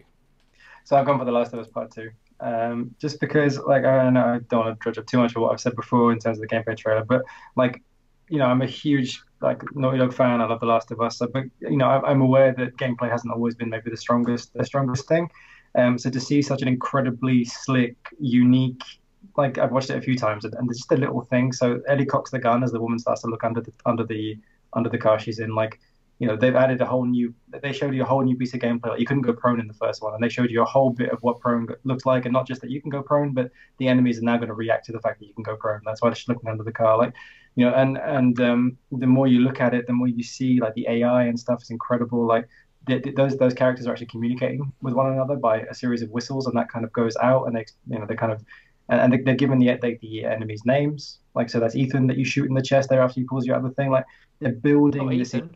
Yeah, Ethan dead, man. They're building this like incredibly detailed, tense world, and like I love the way that they, that was all one sequence. So that cutscene is what you see, and then it does jump to that piece of gameplay. These aren't two bits put together. Like that is, it shows you this game is going to take place across a couple of times, and they're going to do that even more. And it kind of gave you a little hint that Joel's still alive. So it answered questions about the story. It shows you the tone. Like you've got this smiling Ellie who's having the time of her life, and then you have this like Ellie who just cuts the fucking guy's head off. Mm-hmm. Yeah. Like, the end of it, like this is a complex like story and character, and I've never seen a game that looks like that. Just the shit it does in that game. I'm looking at it. I'm like, that doesn't happen in games. That's why it's my game of the show. I think Geordie has died. Hang on. No, he's there. He was so bored of that. Just incredibly bored. No, great. No, I think that's a terrible game. I'd like to say that I never resorted to any of those tactics. I'm a very, it's a very impassioned speech, and to be fair, I think all four games that have been raised, I don't think any of us sitting here thinking, oh, that's going to be crap. I think we're all relatively. Yeah, I think most of us have made our opinions of Kingdom Hearts 3 very clear. Yeah, that is true. Let's save it for the fight, which, to be fair, I'm just doing it to swing my power around because it's literally about to start. So you guys, have a fight. We're going to have this one last a good 10-15 minutes. Give guys a good chance to get into the details of why yours is the best and the other guys is the worst. If you guys fight, what is the best game that has been seen at this year's E3? Kingdom Hearts. We refuse. It's not Kingdom Hearts. It's definitely not Kingdom Hearts. It's only a good game for people who know anything about Kingdom Hearts. So it doesn't bring in anyone from the outside audience. Everyone else who watched it thought it was crap because they didn't know anything about Kingdom Hearts. What's happening? Who are all these blonde people? It was confusing. You guys are just racists. And why does Mickey have a scary face? Hold on, I'm gonna kill you. The Mickey and the Key has given me nightmares for the past few days, so that's equally adding to my anger towards the game. I haven't had a good night's sleep because of Mickey. Damn his face. So yeah, it's a game that no one knows. You don't really know the story. You didn't really know much of the gameplay. It took 3 trailers to figure out that there might be to look at maybe a little bit of the gameplay. I think that was the final trailer that Sony showed, and when it had the Pirates of the Caribbean, and they showed a little bit of gameplay around then. It took 3 trailers to do that, to actually show what this game might be. Others, it's just cut up of confusing dialogue with characters. I have no idea who they are. Like Johnny Depp beat his wife. He did beat his wife. And you want to celebrate him. Yeah. You want to celebrate him in video game form. This is made by Disney, the people who've just been killing everything we love. All of our childhood memories are gone. Do we even want to talk about the guy who founded Disney? Do we? That's the people you want as the best game of show? It just kind of, I don't know. It's kind of similar, I think, in terms of Manita. Like, I absolutely respect you for putting it here, John. Like, total respect. Like, it took us. It's a shark PG. It took us completely by surprise. Like, it has a lot of potential to be something weird and wonderful, but I think it is just that. It just goes under the weird and wonderful category, as opposed to a game that I think is going to that was the best game I saw at E3. I didn't see that much of it, to be honest, but Like that can, I couldn't really tell you what it's going to be like. Like it's a novelty. It's going to be, I hope one of us gets it, and I hope one of us streams it. Sorry to interrupt, guys. Just a bit of a heads up. I want to apologise if people in the stream are freaked out that John's and Geordie's head just seemed to swap around. Just heads round. I realised I had John in a Kingdom Hearts. Hello, guys. I'm John. And Geordie in Man-Eater, and I just wanted to clear that up. They're in collusion. Paddy, we must fight together. They've been swapped. I love Kingdom Hearts. There you go. Game, I think I continue. because we watched the PC gaming show, because we watched it for Twisted Bard, we watched it for this. Anyone who wouldn't know what the hell we're talking about. Well, go look it up. It's innovative. No, I agree with what Paddy says, but in the same vein, you could apply that in the equal and opposite, is that it could be the next Elder Scrolls or GTA. I hope they could be releasing. You got DLC. You've got like motorcycle gangs of sharks. The potential is there. Nothing would make me happier, John. Well, there you go. Rob, I just can't imagine that we've seen enough of the game to for us to even believe it has that potential. Like maybe one day, but in terms of this E3, maybe at the next one we will see the evolution of Man-Eater as like Elder Scrolls like 6. But I think from what we've seen at this E3, based purely on this E3 alone, and not the hopes and dreams of Alan and John and me, and I think Rob, I think everyone, the whole world, everyone loves it. You need hope, Eddie. You need hope. You're far too cynical. It was a great it was a great new IP, so it was a good fresh idea that came on. But as Paddy said, it's all. I mean, I argued the hell out of it, but it was all about potential. It didn't look like, you couldn't tell from the actual gameplay how great the game was, because you don't know if you saw any gameplay. You don't know if you saw any aspects of the game other than maybe a few cinematic trailers of it. So it's all about, it's only got potential. So you can't argue the best game of the show is something that's potentially going to be good.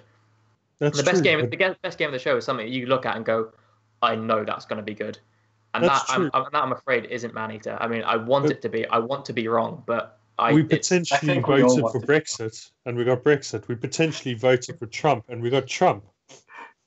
What do you mean? We?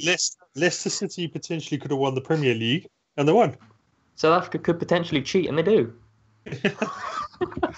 That's right. That's right. Okay. All right. After Clark is too small to play rugby. Let's step away. These are personal feelings between me and John. Al, I'm gonna bring up something about Ghost of Tsushima that actually, thankfully, was one of your points. It looks incredible, and we did see some gameplay. But you're talking about The Last of Us and how like. Oh man, that sheen! But okay, I want to bring you back to us watching The Last of Us. This is a live reaction from Al. Oh my God, it's so buttery smooth. Oh, it looks so pretty. I'm going to buy a PlayStation. Oh. Yeah, I said May. The rest is accurate, voice included. Also, just more that like we saw so much of like The Last of Us in terms of the crafting system, how it works, and this and that. And like Ghost of Tsushima, we saw a little bit of the gameplay, but not maybe everything the way it looks. Like it was a very like maybe it doesn't have a HUD. Like that would be ridiculous if it didn't have a HUD. That'd be really cool. But like in terms of what all the different mechanics are, what the different stuff you can do other than run around and poke people and jump on buildings. Like that was we did see the grappling hook. I'll give you that. But like, how else can you interact in combat? Like what else can you do? Like because if it's just that the whole time, then I don't know if that doesn't maybe. It showed you a variety of what you can do, because I mean you started off in the field, so you got to see the setting, you got to see how beautiful the graphics were. I mean we all agree on that, so that I'm not really gonna argue that, because Last of Us look better, but yeah, it looked beautiful. Machine. Anyway, you jumped on the horse, so it shows that there's going to be like I'll say a horse riding aspect, so maybe horseback combat could be involved. Pony confirmed. Yeah, so I mean that could be a huge aspect of you just charging in and just slaughtering, and that you tried through. I don't even know if it was like a village or the end of a battlefield, but you roll through some graves of samurais. So that could imply that you've got like these big scale battles coming in. You're out there, Jordy. Samurai. Well, I'm so that could infer that you've got these big scale battles coming up where you fight alongside samurais against the invading Mongols, which like has so much potential and so much promise coming in. And I mean, I know I said Man-Eater was all about the possibilities, so I'm going to go on to what we actually saw and why that made it the best game of the show. we saw like the different styles, like we've got the running, we've got the walking, we've got the riding on the horse, so the different traveling methods, and therefore walking confirmed. Walking confirmed. It's going to be a great 2019, guys. And then we saw sort of the different options you could take. I mean, you could go in, you could start killing the people in the thing, the house that was there. I don't know if it was it looked temple-y. But you saw them, like, you go around, climb a few buildings, grappling hook, swing on, bust through the roof, sneak along the ledge before jumping on, surprise the enemies and taking them out. So you saw a multi-styled layer of combat. True. You know, and you get an idea of the tone of the game, but I think what you don't really get, I think something Jordy mentioned in one of the previous ones, is an idea of what like the story is going to be like. And yeah, we know that the Mongols have come, but like, how is the narrative going to play out? Whereas I think in The Last of Us, like, you know, they're starting to build the picture of what this narrative is. Like, there are two sides to this character. Like, something's obviously happened here. Like, she's, you know, going through, she's really happy. Like, something's happening with Joel, like, on the side. Like, there are all these kind of different characters and the way they're interacting and dealing with each other. And then something's obviously gone terribly wrong, because she is bugging these people up in just the most beautifully brutal way that you've seen. So you have the two sides of it. Like, so, you know, you'd expect to go from such a well-made cutscene to gameplay that just doesn't quite look like it's up to the same standard of polish. Like, it doesn't really fit with the CG, but it looks just as good, like in every single way. I mean, the thing is, the Ghost of Tsushima is a new IP, and so it's something that is going to appeal. It's appealing to everyone because it's a new IP. No one's like played sort of like it doesn't have to attach to a sequel, so you don't need to go, this is what the storyline's going to be for the hardcore fans. You're like, all right, we see what it looks like, but what about this? Whereas The Last of Us 2, I mean, the reason they went into the story is because I'm assuming The Last of Us fans would be like, well, I'm on a bit of a cliffhanger of what's happening in the story. Whereas, like, someone, I think you don't need to really know what's going on to watch these trailers, and like, yeah, I mean, Ellie either means something to you or she doesn't. But I think the power of the game was that, you know, Rob didn't, like, The Last of Us didn't really vibe with Rob, but he's saying that he's tempted to go back and play it just so that when this comes out, like, he can give this one a go and be up on the story. I think that will do that for a lot of people who maybe weren't that keen on it and thought, but now it's just like, holy shit, this is where they're going with this game. Like, this is what it can be. So yeah, like, the thing is that, like, I'm coming at this from like a very neutral aspect of, I haven't played The Last of Us. I haven't seen much of The Last of Us. So I saw this trailer as new, and yeah, I mean, I was very impressed with the graphics. I was very impressed with how smooth it was, and I was similarly impressed with Ghost of Tsushima of how it looked and how smooth the combat was. And like, things that kind of, you were like, oh, this is great, sort of like the depth of the crafting system. Like, I've seen it in other games. So for me, like, it wasn't an impressive aspect because I assumed it was part of the first one.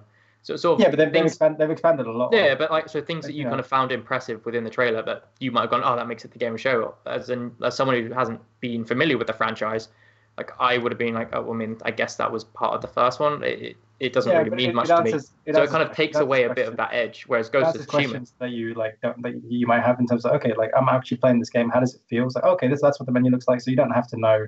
You don't have to know too much about, like, the game's like, okay, I can pop into this menu, that's what it looks like. I can craft this arrow, like, there's the bomb arrow that blew that woman the fuck up. Like, there's some cool shit in there, man. But I just think, like, that, you know, for me, like, you know, what am I going to take away from E3? I think it's a game that does things I've never seen before. I've never seen. Like a Play Go Prone. Wow, really innovative. No, but like, have you ever killed a character and watched, like, the arrows literally fall out of the bag and then pick them up and stick them into your backpack before? Like, that level of animation, like pulling the in-game play, actually having to yank an arrow out of somebody, and like, you stops for a moment, like, you have to think about, do I have time to get this arrow before someone sees me? Like, you know, I've not seen a game play like that. I mean, that's, like, fuck me. That's kind of been done in so real. That's been done in sort of different ways by other games. Like, not the arrow falling out of the backpack, but having an item sort of that you have to maybe loot through a body, and you're like, do I have time to do this? It's like a scripted. It's almost like a scripted thing, or like, you hold down the button and the thing goes around while you loot, like an Assassin's Creed. Yeah, but like, so I mean, like, that edge has been there. You've never seen it happen. Like, you've never actually. Like, in Assassin's Creed, the little thing goes around, and goes, and then boom, and then suddenly it's magically in your inventory. Like, it's, I don't know. For me, like, what makes it stand out is that they're taking it places where I've not seen this shit go before. But I think we can agree it's not Kingdom Hearts 3, right? Can we agree on that? Yeah, it's definitely not Kingdom Hearts 3. Now you're just bullying. I've just got a point that's come through the chat just to put to Al. I think over a point he's raised is like, the internet hates me. It's just basically asking what do you think sequels like are there for their they are just carrying on the story. So how is it a problem? I didn't really say it was a problem, but I think Paddy was saying that The Last of Us provided story, whereas the Ghost of Tsushima didn't. I was saying that was kind of more important for The Last of Us 2 to have a story in it, because there were already fans attached to the storyline who would want to see where the story was progressing and maybe sort of see what they could expect in the storyline. Whereas Ghost of Tsushima is an unknown story. That's the point. That's not Naughty Dog do. It could be the start of a new IP. I mean, he's talking about Kingdom Hearts. And Jordy wins. The guy in the chat is saying, "Bro, Kingdom Hearts is the best." So you have a Kingdom Hearts. Yeah, you've got Kingdom Hearts behind your back, and we've spent a lot of time on The Last of Us and the Ghost of Tsushima. Let's hear a little bit more about Kingdom Hearts. I know there's a little bit of throwing at it, but But Jordy, have a bit of time. Just tell people why are we so wrong about a Kingdom Hearts? I think it's just because this game. What? All right. I think basically I called it the game of the show because it was shown throughout the show, and it was so important that everyone sort of wanted to get a piece of it. Even PlayStation. I think. The argument of saying I don't like it because I don't know what's happening, I think is a very silly. I don't like it because there were three argument. There were three badly put very together. Subjective. All right then. So just put a bit more a structure on this. So, Geordie, from your point of view, I've heard Paddy a few times talk about the trailer and what he didn't enjoy about the trailer. Do you share that view that the trailer itself just let's ignore the fans and let's ignore everything that's outside of it? Do you think it was a good trailer or a bad trailer? I don't understand why people say it's shit. I understand that it was sort of awkward because there was no sound effects and it was very strange. But I think that was them showcasing the new song, so that's their Sanctuary from the first one, or Simple and Clean.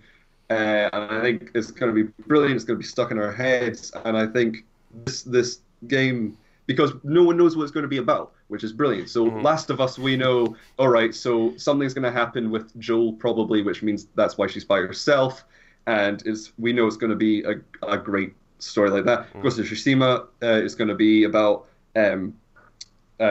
Mongols coming, and the guy defends I think he gets killed and left for dead, and then comes back and he's going to kill the Mongols. And then I think just Kingdom Hearts, you don't know what's going to happen because the universe it's set up in has such variety for amazing stories, and it deals with reincarnation while you're still alive, and it's brilliant. And if you have played even the first, if you've played just the two main games, you should be excited because it brings back a lot of concepts from those games. John asked a good question.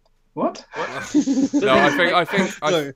Can I just ask one question? I can understand. Actually, no, go, John, go for it. No, I can understand the appeal, Geordie, and don't get me wrong, it's not a personal attack at all in respect to this. It's got a hell of a fan base coming from the Disney characters.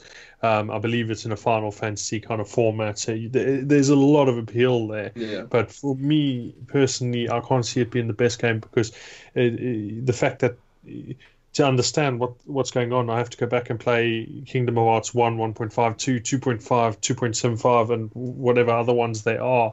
And that just doesn't appeal to me. And then coming in as a new person who knows absolutely nothing about Kingdom of Hearts, I mean, you were speaking quite a lot there, and I just couldn't follow. Who's Joel? Reincarnation. That wasn't The Last of Us. That's Last of Us. That's how confusing it is. That's because you're unaware of games. I'm not saying and that's how bad The Last of Us are. You don't know who's who. But I'm lost with it. Unfortunately, in when you've got an attention span of a goldfish, which most people do with the mobile phone in front of them, unless you identify with it, you lose it. Yeah, that's fair. All right, and I think. Sorry, can I just ask one question? Yeah, go for it. On that, do you think the Ghost of Tsushima trailer would be better if they had 7 random cuts and they played Gangnam Style behind it? No. Oh, that's an idea. I would probably still pre-order it, guys. No, I think okay. Let's just hear a little bit as well, because we did touch it a little bit, but I know we spent a lot of time.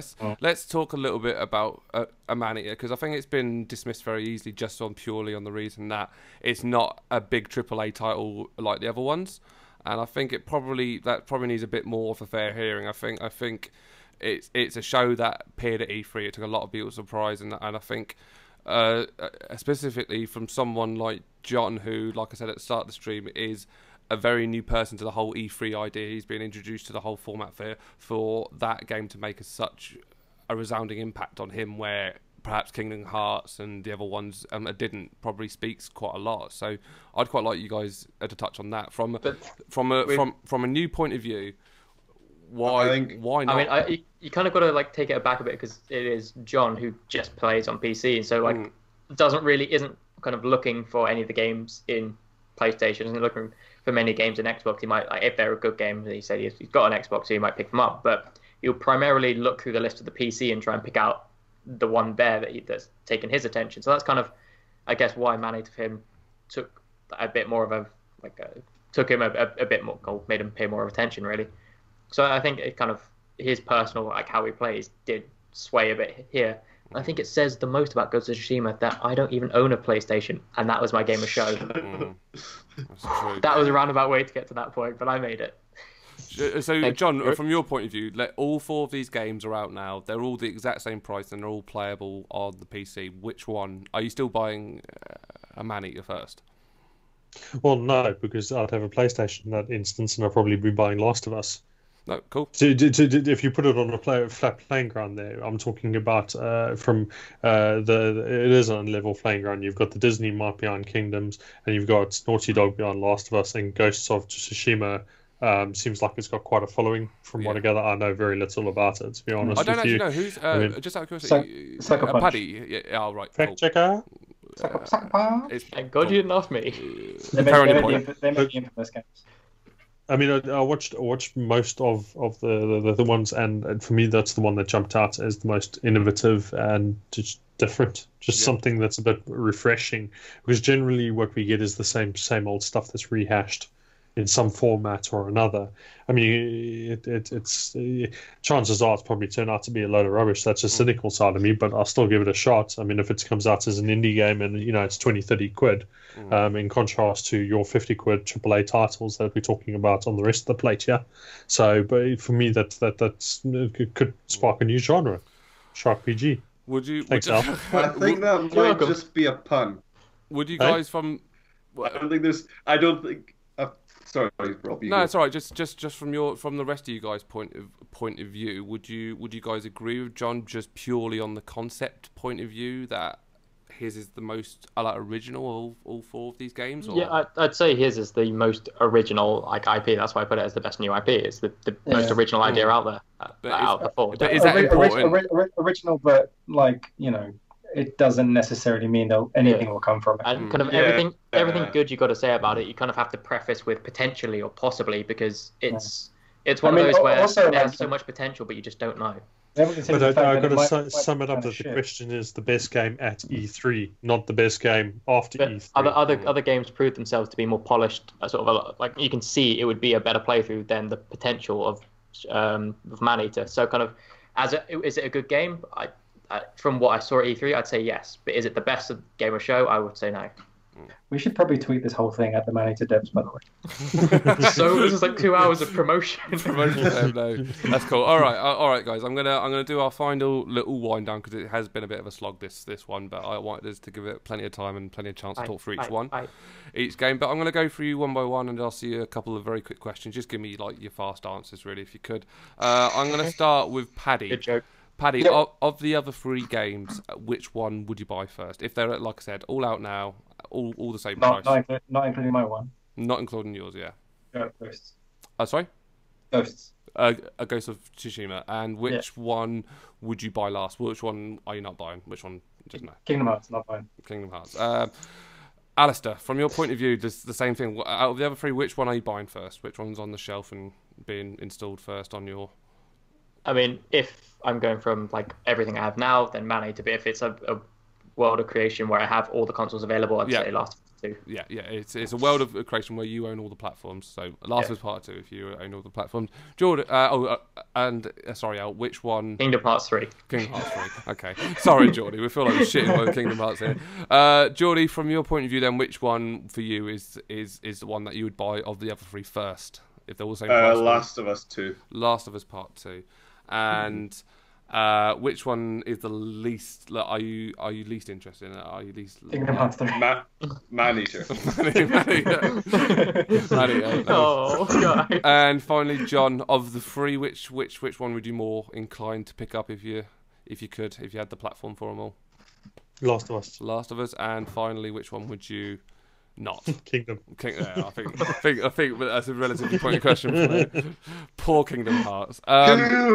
So it hit the wrong audience. When it comes down to it, I don't think it'll be surprise any of you guys that I think it's a bit of a two-horse race. I think to argue against both The Last of Us and The Ghost of Tsushima is such a hard argument to make. And that's why Kingdom Hearts 1.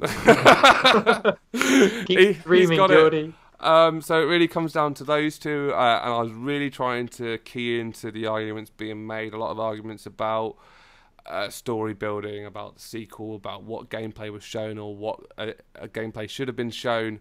And I think I'm gonna have to give it to Alistair. I'm afraid. Alistair. Controversy. Very controversial. I think I give it to Alistair. He made some really strong points about that The Last of Us feeds into the expectation of feeding in the story, where a lot of points that Paddy made, I think Al managed to deflect really well. So yeah, I think Al just edges, but that was really unfair. I could have said either, to be fair. It was really hard one to edge. So as much as I didn't want to do that, because I'm not doing anymore, mate. Can me and Paddy just share it? No, I'm afraid you guys are going to have to do a tiebreaker round, because we need a champion. I didn't really want to do a tiebreaker round, and I was really sad. I don't want to do a tiebreaker round. I'm thinking of a number between two. Name the number. So the tiebreaker question for you guys, which you're going to each have 30 seconds each to argue why you've chosen what you have. Name 5 characters that appear in the Kingdom Hearts 3 It's trailer. not a trivia, it's an argument. The shit one, the other shit one, the blonde one. And I'm going to give you guys about 10 seconds to think about it, then I'm going to ask you both individually to give you the answers. I think Paddy got to the high score first, so he's going to have first choice. And the question is, what was the best game shown at the Ubisoft conference? So have a good 10 seconds to have a think about why. Whilst remember what games whilst Geordie, I ask you, what's your idea of a perfect Tuesday afternoon?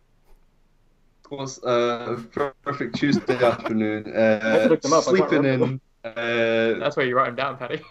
Just chilling. And not having any clue or what to do in the world, being creative. Fantastic. Just breathing in life. Cool. And earning a lot of money for doing nothing. Rightio. So I've given you guys some times. John and Geordie, I'm going to need your help in terms of judging this one. So keep your eyes peeled in terms of the judging, and I'm going to get a little timer up for us as well.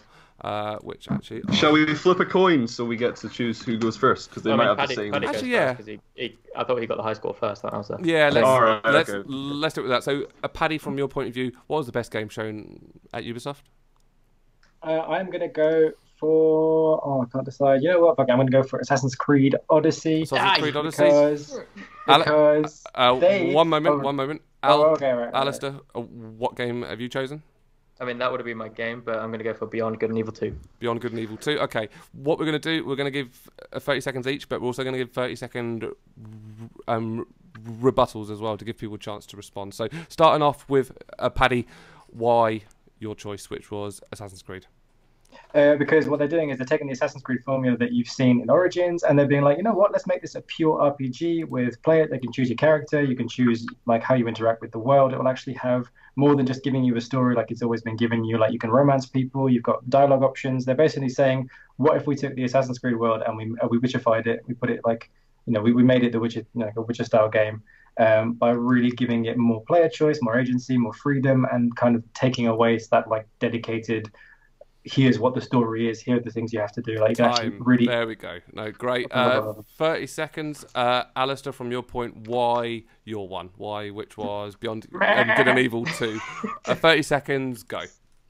They've taken this great IP that is kind of quite original, and in the space there's not other many games around it, and they brought it back after so many years. So they're bringing in a completely new audience, and it's just you're gonna go around, you're gonna have fun with all your friends in the spaceship. To be fair, they didn't really show much gameplay, so you can't really comment much about that. But you're going to have a wide range of characters you're going to interact with, interface with, and maybe like have quests from. So there could be a personal relationship building between each and every one. And you're going to swap between crowded cities and space and different, and maybe a few barren planets. Time. Yeah, no, good. And finally, barren planets. What I'm going to do, we're going to give 20-second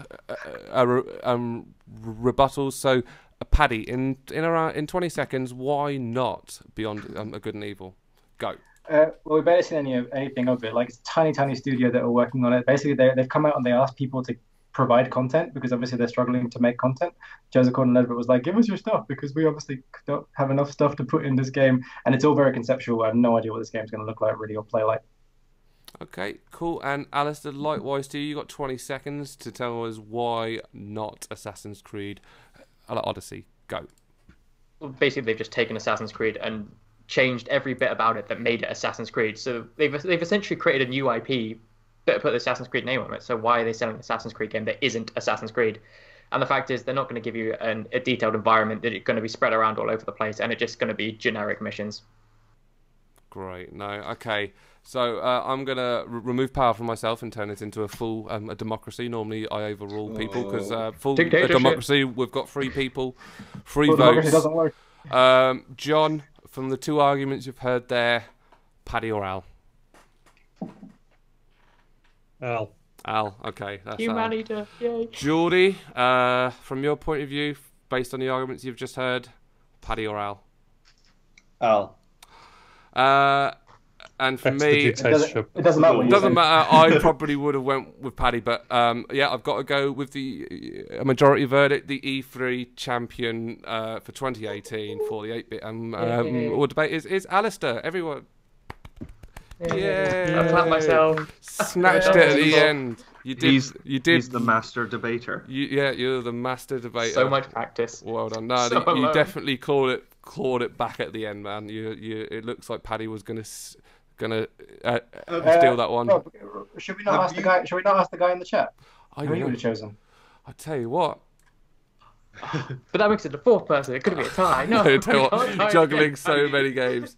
Paddy, do you want to go to sleep? So have you guys, Kevin, when it comes to the main part of the debate, he enjoyed all those games, and to be fair, I think we did as well. Even I know you guys went in on Kingdom Hearts 3 a lot. I personally have never played Kingdom Hearts 1 and 2, but the things I hear about Kingdom Hearts and how well polished it is, and how even people who don't like a Disney, when they play Kingdom Hearts, they don't care. They just enjoy it for the game it is. I think that speaks volumes for it, and I think it's probably a good game. I think you guys. I think my answers. I think you guys might be confused by the numbering of the games, because the 2.5 and all that. That's just remakes, collections of remasters of all of them. Yeah, but the all-in-one package is coming out before Kingdom Hearts 3, so you can get all the games. And you should get Kevin also agreed. I believe, was he agreeing with you that Paddy, that AEC is changing a lot? Who is that? Is that changing a lot for the better or changing a lot for the worse? I don't know who John's putting a face up there of, but John, who is? Is that Cliff Richard? It's usually Cliff Richard. I could see Cliff. It is, I think. And Kevin also says we are all Merkel? winners in our own right, which I think right. I think everyone's done really well tonight. There's no one who's made a fool of themselves, or no one who's steamed ahead as well. So except for you choosing not Last of Us at the game of the show. So yeah, this has been our first ever live 8-bit debaters. It's been quite an experience. How have you guys found the whole of E3? I suppose. Can I jump in quickly and just say we also say how well Rob's done with like putting all this together and all that, the little selection bits and kind of making all the title cards and everything. Was all Rob. That's why I think he needs a bit of appreciation for that. Oh, Circle jerk. I'm gonna cry. Let's get our willies out. Yay! No, cheers, guys. No, yeah, it's one of those things where I think, from our point of view, we'd love to do this more. I think this was just a bit of a dip test to see if it can work as a live stream, and I hope that perhaps every once a month we can bring you a live version that's perhaps half the size of this one. I think it's probably the best way to go. or a third. or a third of this side, but something a bit more reasonable in time. But yeah, I've enjoyed talking about E3. What do you guys think about the whole of E3 2018 altogether? Happy, annoyed, frustrated, underwhelming. Underwhelmed. Not one of the best ones, but still good. Yeah, you put it in there. I mean, like from you got to see The Last of Us, which, to be fair, that's all. Yeah, that's all you cared about, really. That's all you went into. Show me that trailer.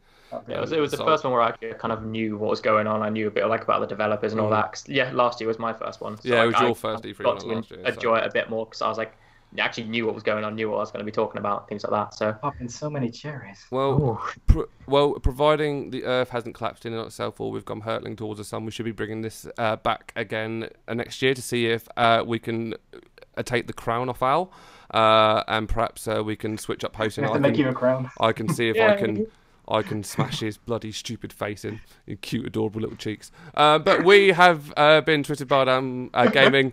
I have been Rob, and we've had the beautiful Paddy, Ali, John, and Geordie help me through this a marathon of a debate. Please don't forget to subscribe and do all the usual stuff that people ask at the end of YouTube videos. I don't feel like we have to ask anymore. Just if you enjoy it, subscribe. If you don't, then fuck off, I suppose. I think that's it. All right, guys. We will be back next week with a normal pre-recorded. Oh, and thanks to everyone in the stream. I normally do that a bit more, but I can't be asked. So it's like 3 hours to go back through. Screw you guys. Yeah, that's it. I'm gonna now do about 20 seconds of buffering time. So if you guys want to sing us out, that'll be good. Someone Guardian starts singing. Kingdom Hearts trailer comes on. Kingdom Hearts didn't look good at all.